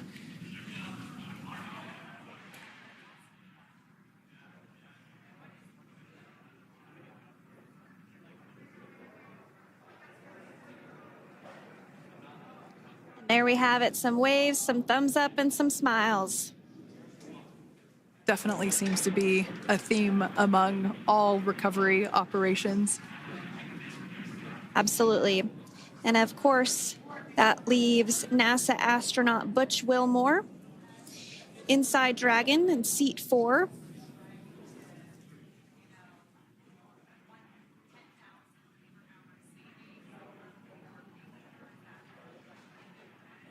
We're getting some views of him now as he egresses or exits the spacecraft.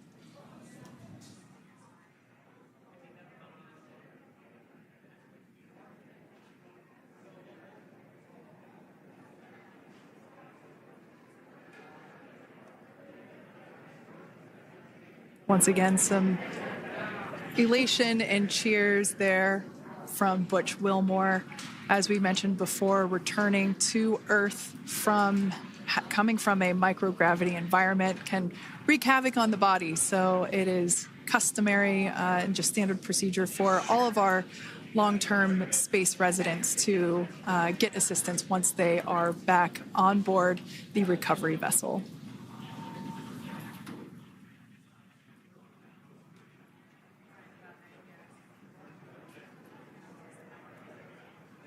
Well, now that Nick, Butch, Suni, and Alexander are safely back home on Earth and getting checked out by the NASA medical team, we're going to wrap up our live coverage of their return. The Crew-9 mission began a little differently than usual since Butch Wilmore and Suni Williams were already aboard the space station when Nick Hague and Aleksandr Gorbunov arrived on the Crew-9 spacecraft in September. Having arrived as the crew flight test crew for Starliner, Wilmore and Williams were fully incorporated into the space station's Expedition 72 team and began research and other work aboard the station along with the other crew members. Williams commanded the orbiting laboratory for much of the expedition. After a successful liftoff and separation from Falcon 9, Nick and Alexander made a short flight on board Dragon to the International Space Station. Veterans of long-duration space station missions, both Williams and Wilmore conducted spacewalks during their 9 months in space. Like all crews on the station, Crew-9 had the ability to leave at any point had there been an emergency. With their full-duration mission coming to an end, the crew began packing up their personal items for their return to Earth about a week ago and worked through tasks and shared lessons learned with Crew-10 teams as they arrived a few days ago. Their journey home began about 17 hours ago when they closed the forward hatch to Dragon and undocked from the space station at 10:05 p.m. Pacific, 1:05 a.m. Eastern.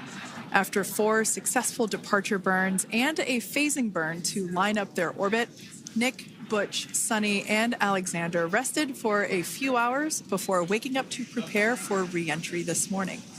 We jettisoned Dragon's trunk and performed our final on-orbit maneuver, the approximately 7.5-minute-long deorbit burn, and that occurred at 2:11 p.m. Pacific, 5:11 p.m. Eastern Time.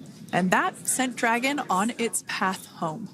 The spacecraft re-entered the Earth's atmosphere and slowed its descent with successful deployments of 2 drogue parachutes and 4 main parachutes, with the final splashdown occurring off the coast of Tallahassee, Florida at 2:57 p.m. Pacific, 5:57 p.m. Eastern. Following that successful splashdown, we saw SpaceX recovery experts move in and prepare Dragon Freedom for its lift onto the recovery vessel.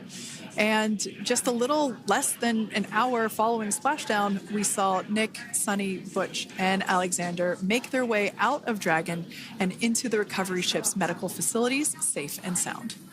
Next up, they'll catch a helicopter flight back to shore, where they'll transfer to aircraft that will take them home.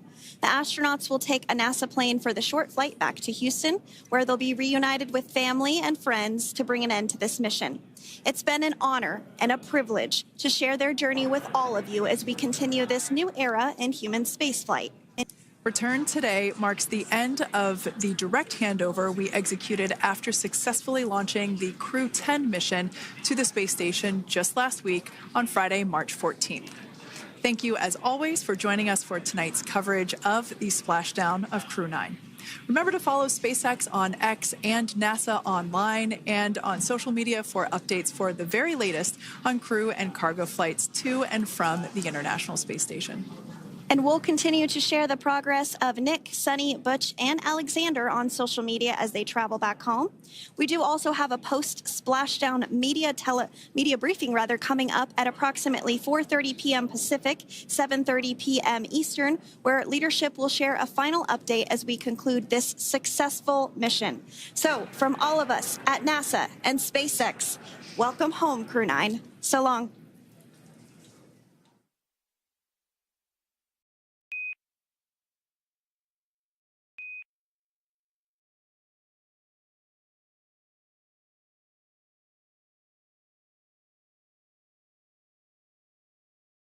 This is the Enigma machine.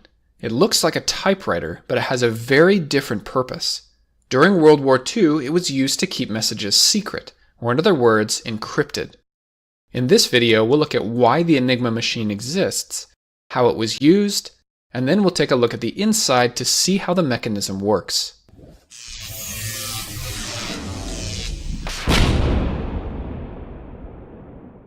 This video is sponsored by Brilliant, a fun and interactive way to learn math and science. Towards the end of this video, we'll take a closer look at their website and app.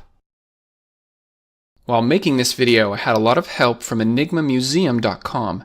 These guys took apart an actual Enigma machine and showed me what's on the inside, behind the panels, all the inside wiring, and how each mechanical piece works. This would have taken a lot longer to 3D model and animate without their help. So big thanks to enigmamuseum.com, and now let's get to some animation. To really understand the Enigma machine, we need to understand something called encryption. Let's use an example. Say we have two friends, Alice and Bob. Alice wants to send a message to Bob. However, Alice doesn't want anyone else to be able to read this message, such as Eve. Just as an example, we'll keep the message really simple. Alice will need to scramble the contents of the message. This is called encryption.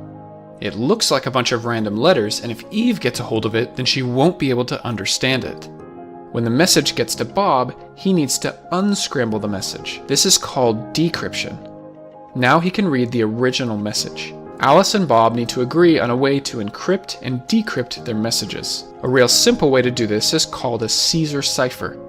This involves shifting all the letters in the message 3 spaces to the right in the alphabet. So an H becomes a K, an E becomes an H, an L becomes an O, an L becomes another O, and an O becomes an R. Now the message looks like gibberish, a bunch of random letters. When Bob gets the message, all he has to do is take each letter and move it back 3 spaces. This will give him the original message so he can read it again. Now Eve in the middle, as long as she doesn't know how the messages were encrypted, she won't be able to read any one of them. During war, encryption is extremely important. Commanding officers need to be able to get messages out to the troops on the battlefield, but they don't want the enemy to be able to understand these messages. Nowadays, encryption is performed by computers, but this wasn't always the case. The Enigma machine was used to encrypt and decrypt messages. You can think of this as a very sophisticated letter scrambler. It was invented in the early 1900s, and then most famously, it was used by the German military in the 1930s and throughout World War II. This is the keyboard with 26 letters. And this is the lamp board, which also has 26 letters, but these letters can light up. Each time you press a letter on the keyboard, a letter on the lamp board lights up, but it will always be a different letter than the one that was pressed. There are usually 2 people involved when the machine is used, one person to type in the letters and another person to write down the letters that appear on the lamp board. Let's use our example from earlier. Type in each letter and write down the letters that appear on the lamp board. Now we have our encrypted message, the scrambled letters that nobody can read. This message is sent usually by radio using Morse code. The person who receives this message also has their own Enigma machine. To decrypt the message or unscramble it, they type in the letters on the keyboard and write down which letters appear on the lamp board, and out comes the original message. The Enigma machine was used for both encryption and decryption. The person sending the message needs a machine, and the person receiving the message also needs a machine to be able to read it again. So how does the Enigma machine know which letters to give you? Maybe you press an A and out comes an H. How does it do that? Well, part of the answer is electricity. Let me show you a simple example. We have a battery, some wires, and then something that uses electricity. In this case, a light bulb. This is called a circuit. It's a closed loop for the electricity to flow. But if there's a break in the wire, then the light bulb turns off. If we put a switch in here, now we can easily turn the light bulb on or off. There has to be a complete path for the electricity to flow. Now let's add another path, one more switch and a light bulb. Now we can turn on 2 different light bulbs. Depending on which switch we turn on, there's a different path through the wires. We could expand this even more switches and more light bulbs. Now this is predictable. We know which switch goes to which light bulb. But what if we scramble these wires? Now the switch for the letter A turns on the letter C light bulb, and the C switch turns on the B light bulb. This idea of scrambling the wires, that's how the Enigma machine works. Let me show you on the real thing. The battery is inside in the top right-hand corner of the machine. The keyboard has 26 keys. When you press one of them, it connects a circuit which will then turn on one of these 26 light bulbs. The light bulbs will then illuminate the letter that's directly above it on the lamp board. When you release the key, the circuit is disconnected and the light bulb turns off. Each key connects a different path, which means a